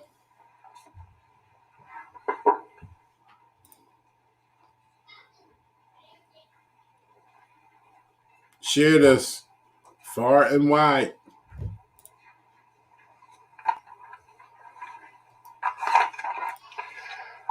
All right, the way the court's going to address this, I'm going to make a few remarks and then address each one of the defendants with regard to sentencing. And the remarks are intended to be general, but also taken into consideration in the individual sentencing portion of the court's statement. So that's how we intend to proceed. So the court has heard the evidence in the case, has accepted the jury's verdict, listened to the presentations here today in aggravation and mitigation, and candidly have spent a lot of time thinking about this. This is a case that has taken a lot of time and energy on a lot of people's parts, and has been a case of note, not just in this community, but really in a lot of communities.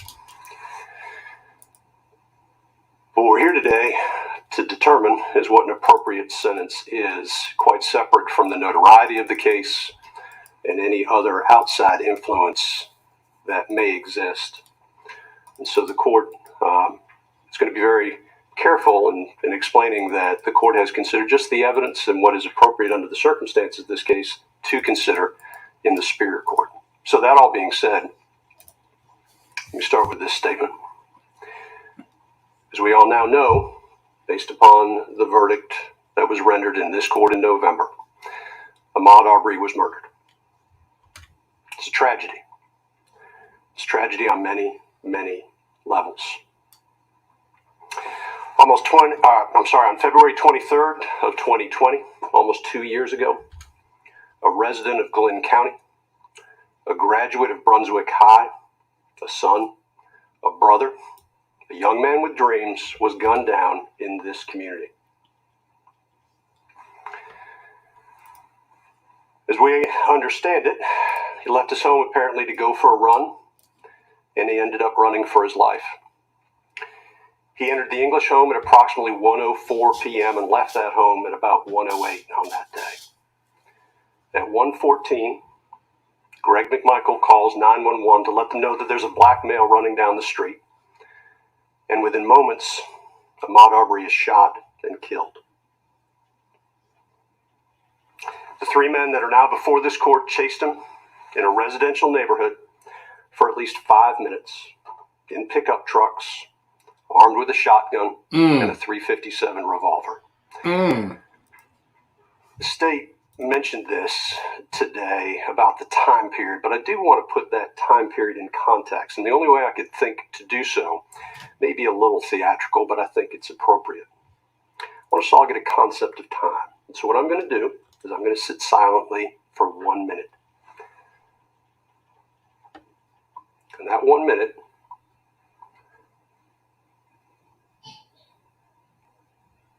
represents a fraction of the time that Ahmaud Arbery was running in Satilla Shores.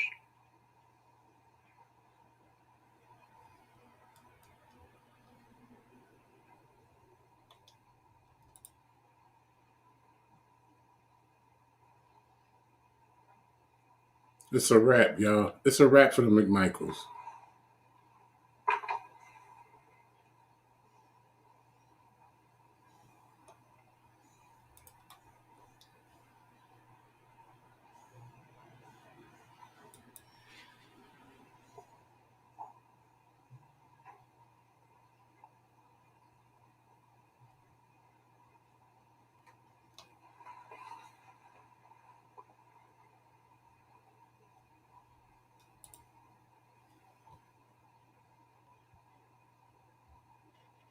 It's a wrap, y'all. Why would the judge do this? Why would he reserve 1 minute for the time, a fraction of the time that Ahmaud Arbery was running if he wasn't going to roof these dudes. He about That's to give it to approximately a him. minute. Again, the chase that occurred in Satilla Shores occurred over about a 5-minute period. And when I thought about this, I thought from a lot of different angles, and I kept coming back to the terror that must have been in the mind of the young man running through Satilla Shores. The jury heard the evidence and returned a verdict. And what a difficult job they had under the circumstances. Without any comment on the verdict itself, I think all counsel will agree and accept that this was a very difficult case to even get a jury impaneled on. And there are issues out there with regard to the jury that were brought up in the press and elsewhere. But I want to give credit to those members of the panel, not because of their verdict, just because of the fact that they were willing to go through the process that they went through with the state, with the defense, and with this court. We're here today to sentence the defendants. Here we go. In discharging the duty, this court is required to consider all mitigating and aggravating circumstances.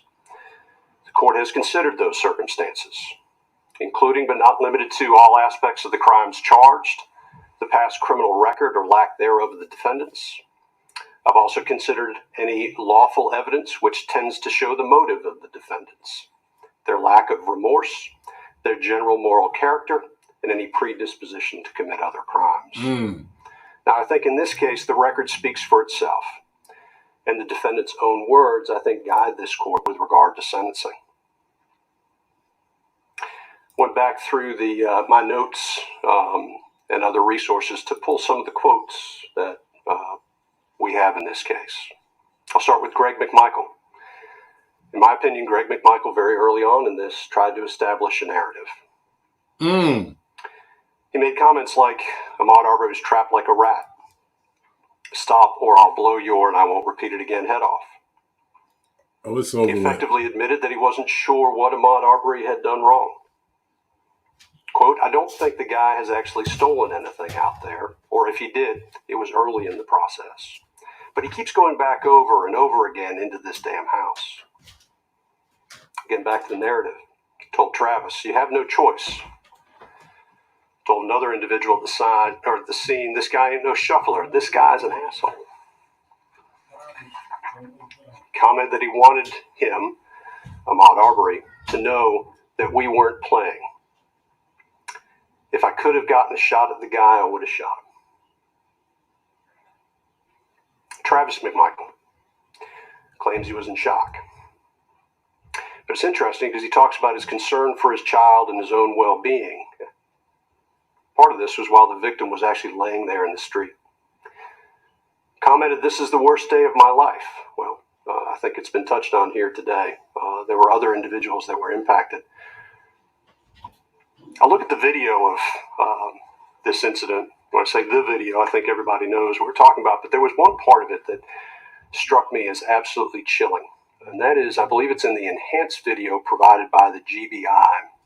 There's a frame where I believe Ahmaud Arbery, it looks to be, if he's 20 yards out, that may be close, 30 yards out. And it's the frame of Travis McMichael lifting the shotgun to fire at Ahmaud Arbery. And you watch that with context. I want to say context after hearing the evidence in this case. Again, thinking about a young man that had been running at that point for almost 5 minutes. And it is a truly disturbing scene. Share this, y'all, far And and we got wide. there because Travis McMichael's father saw Ahmaud Arbery hauling down the street and calls out, let's go. At that point, Travis McMichael, despite whatever may have been going on in his life at that time, with regard to family or otherwise, just goes, grabs a shotgun, and goes because he assumes that it is the right thing to do. Ahmaud Arbery was then hunted down and shot. And he was killed because individuals here in this courtroom took the law into their own hands.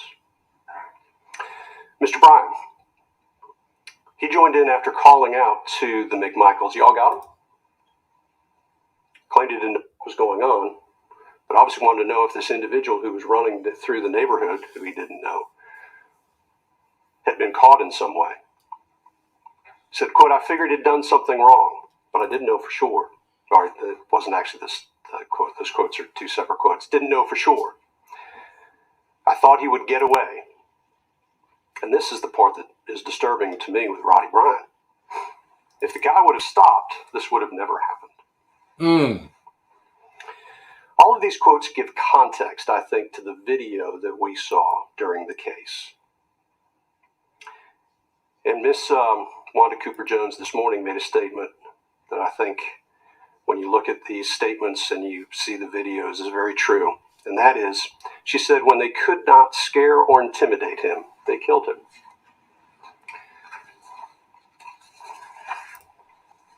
There's been discussion about remorse. And I agree with counsel that it is dangerous for defendants who have multiple prosecutions against them to make statements of remorse. But remorse isn't something that is simply a statement of regret.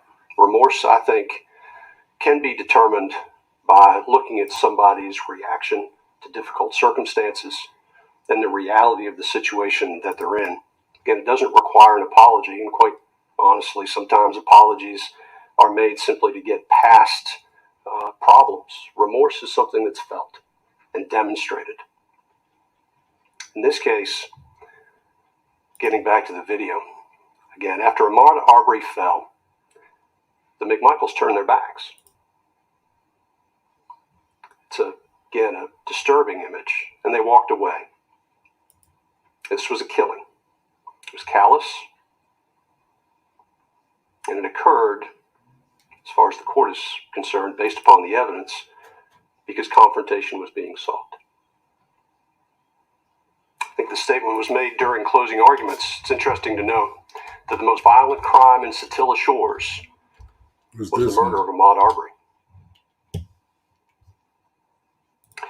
So, sentencing does not generally provide closure.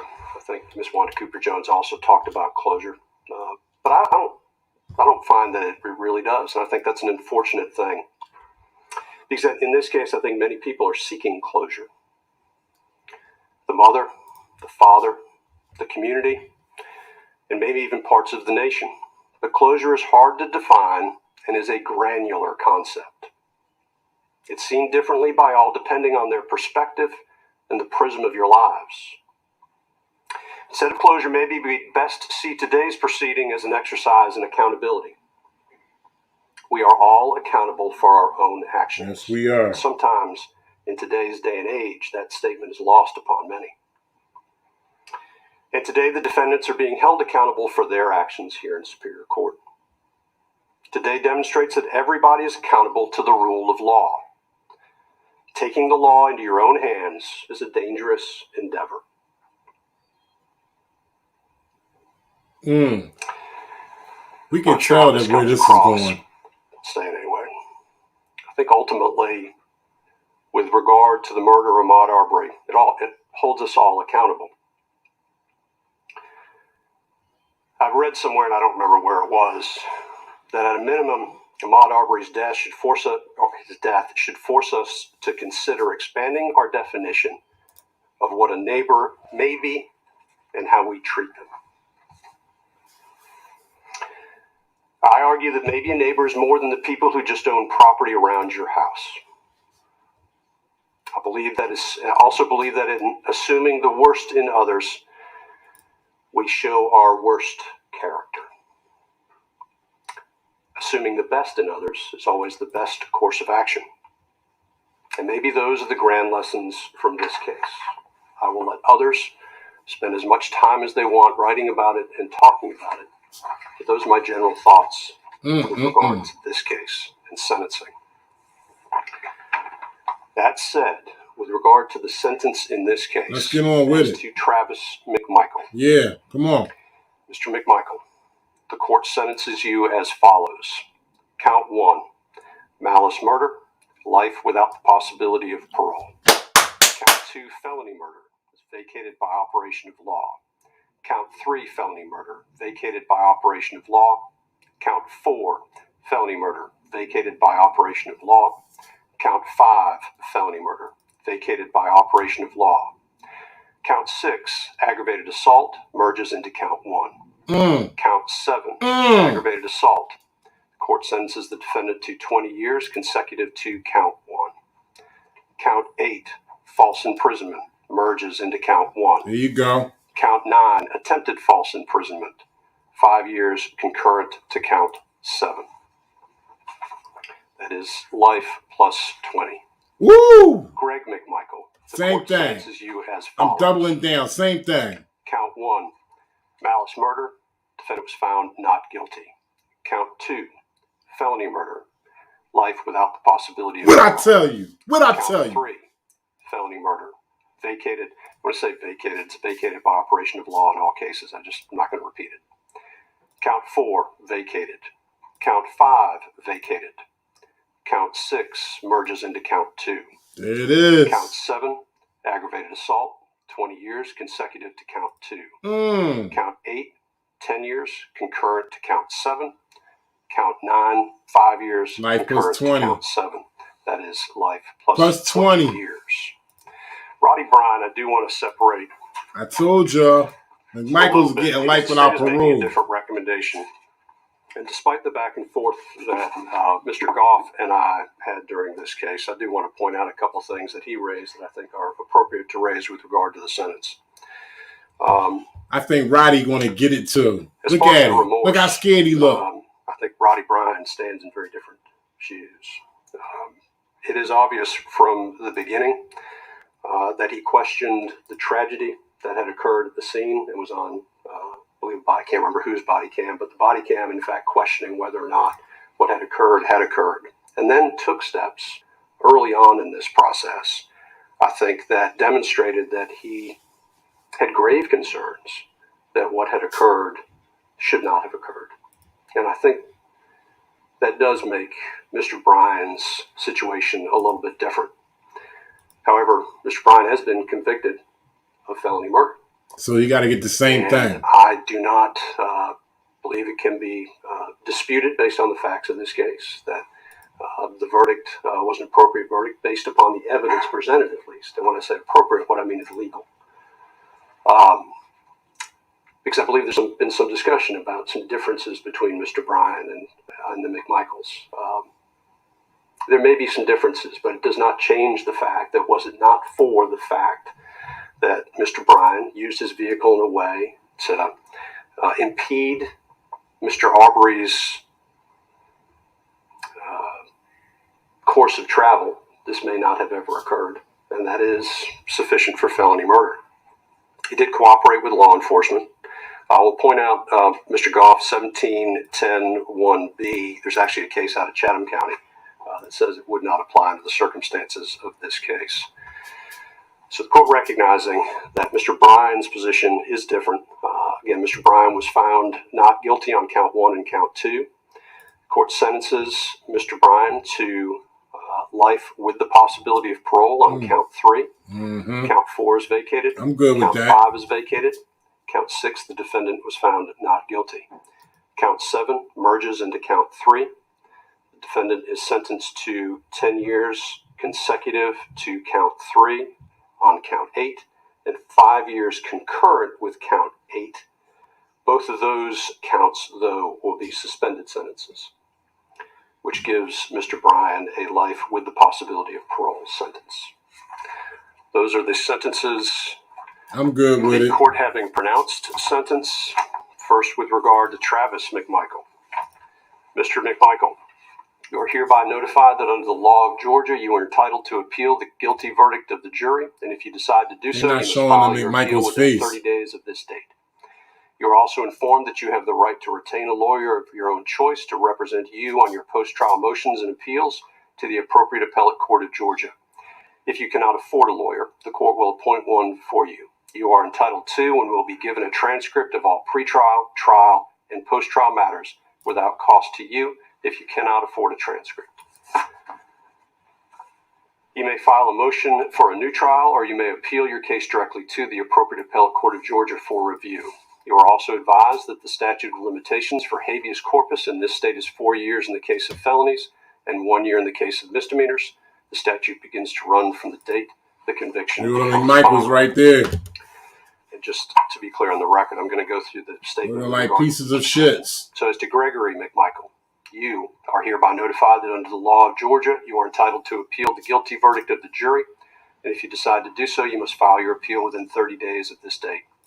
You are also informed that you have the right to retain a lawyer of your own choice to represent you on your post-trial motions and appeals to the appropriate appellate court of Georgia. If you cannot afford a lawyer, the court will appoint one for you. You are entitled to and will be given a transcript of all pretrial, trial, and post-trial matters without cost to you if you cannot afford a transcript. You may file a motion for a new trial, or you may appeal your case directly to the appropriate appellate court of Georgia.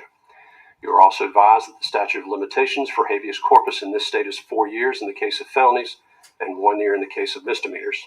The statute begins to run from the date the conviction becomes final.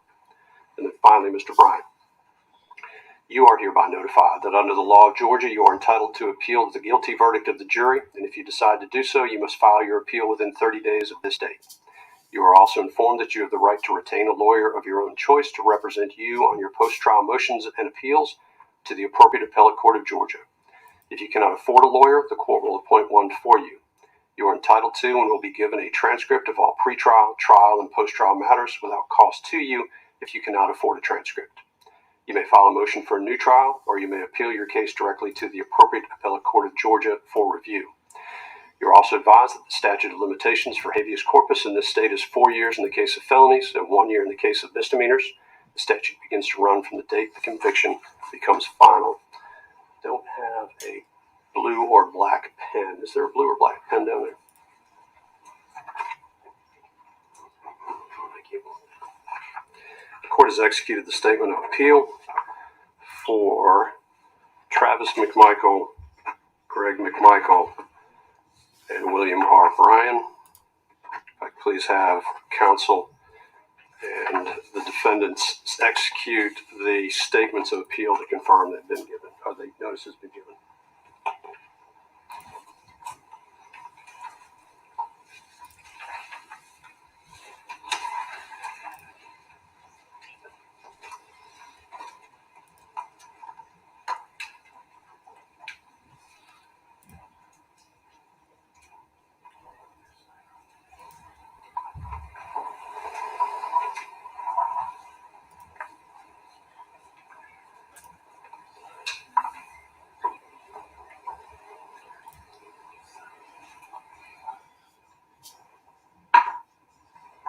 There you go, y'all. I called it.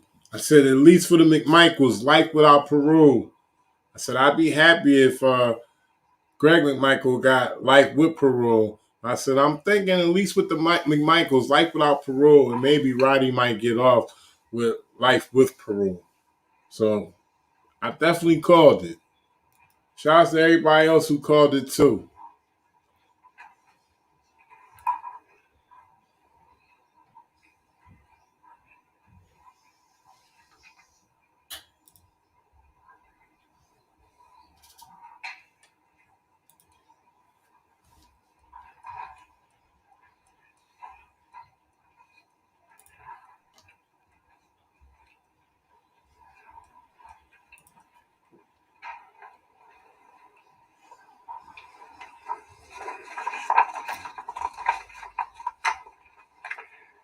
Anything further from the state?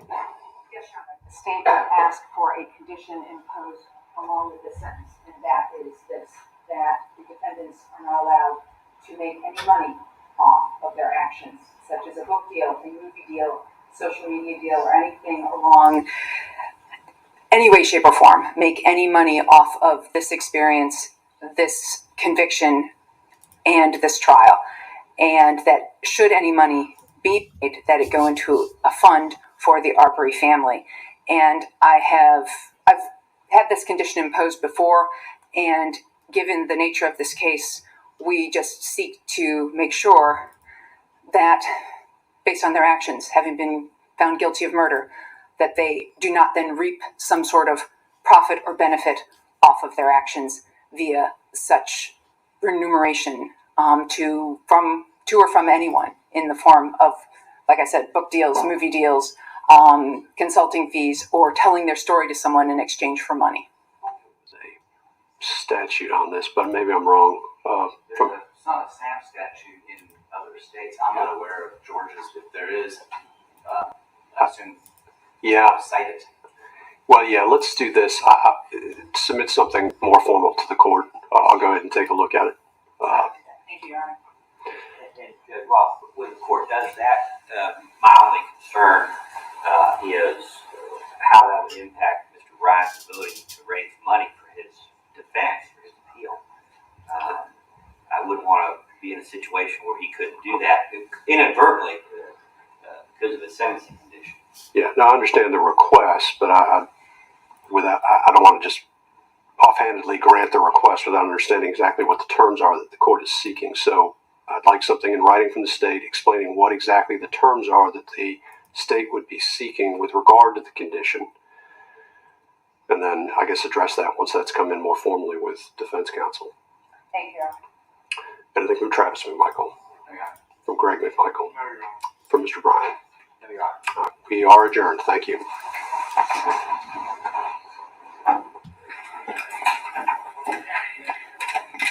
Court is adjourned, ladies and gentlemen.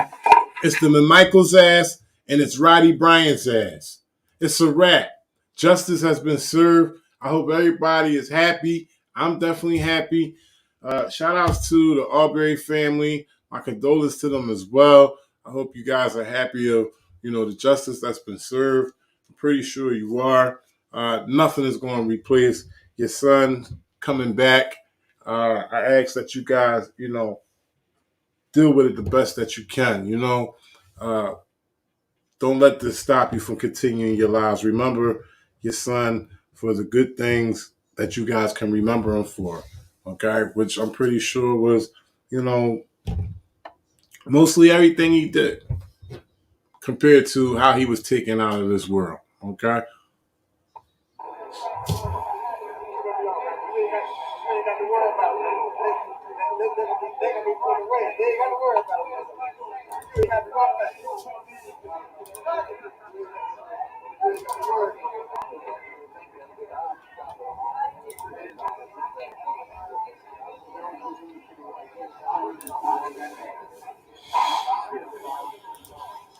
All right, ladies and gentlemen, I'm going to conclude this. I thank y'all once again for joining me for the sentencing of the McMichaels and Roddy Bryan.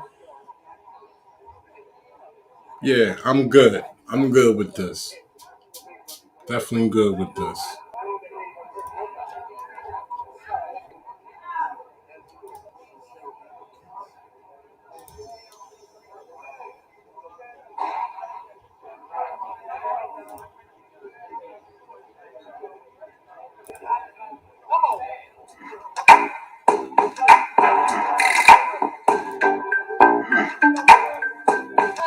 Shout out to everybody in chat. Private 9, sick ass fool.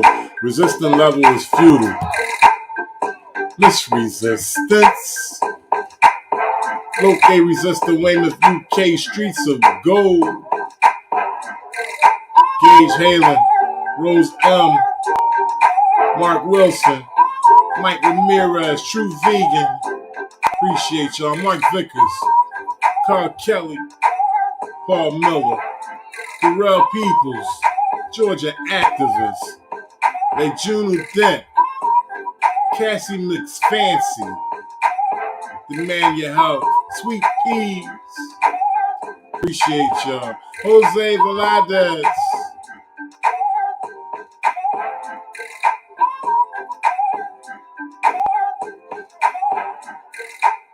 Mark Wilson, John Denicola.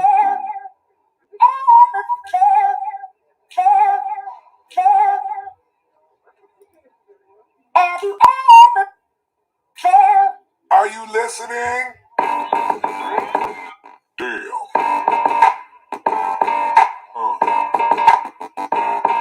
Yeah.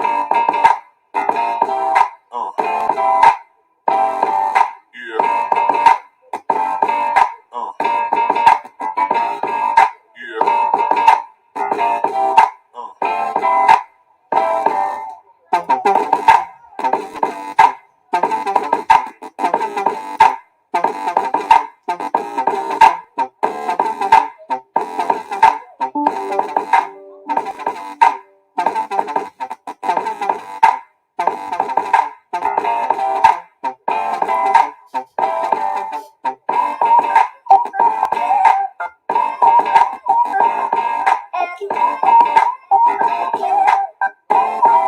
Y'all make sure y'all be safe out there. Such a lovely snowy day here in Boston, Massachusetts. I'm enjoying the weather because I just received some good news.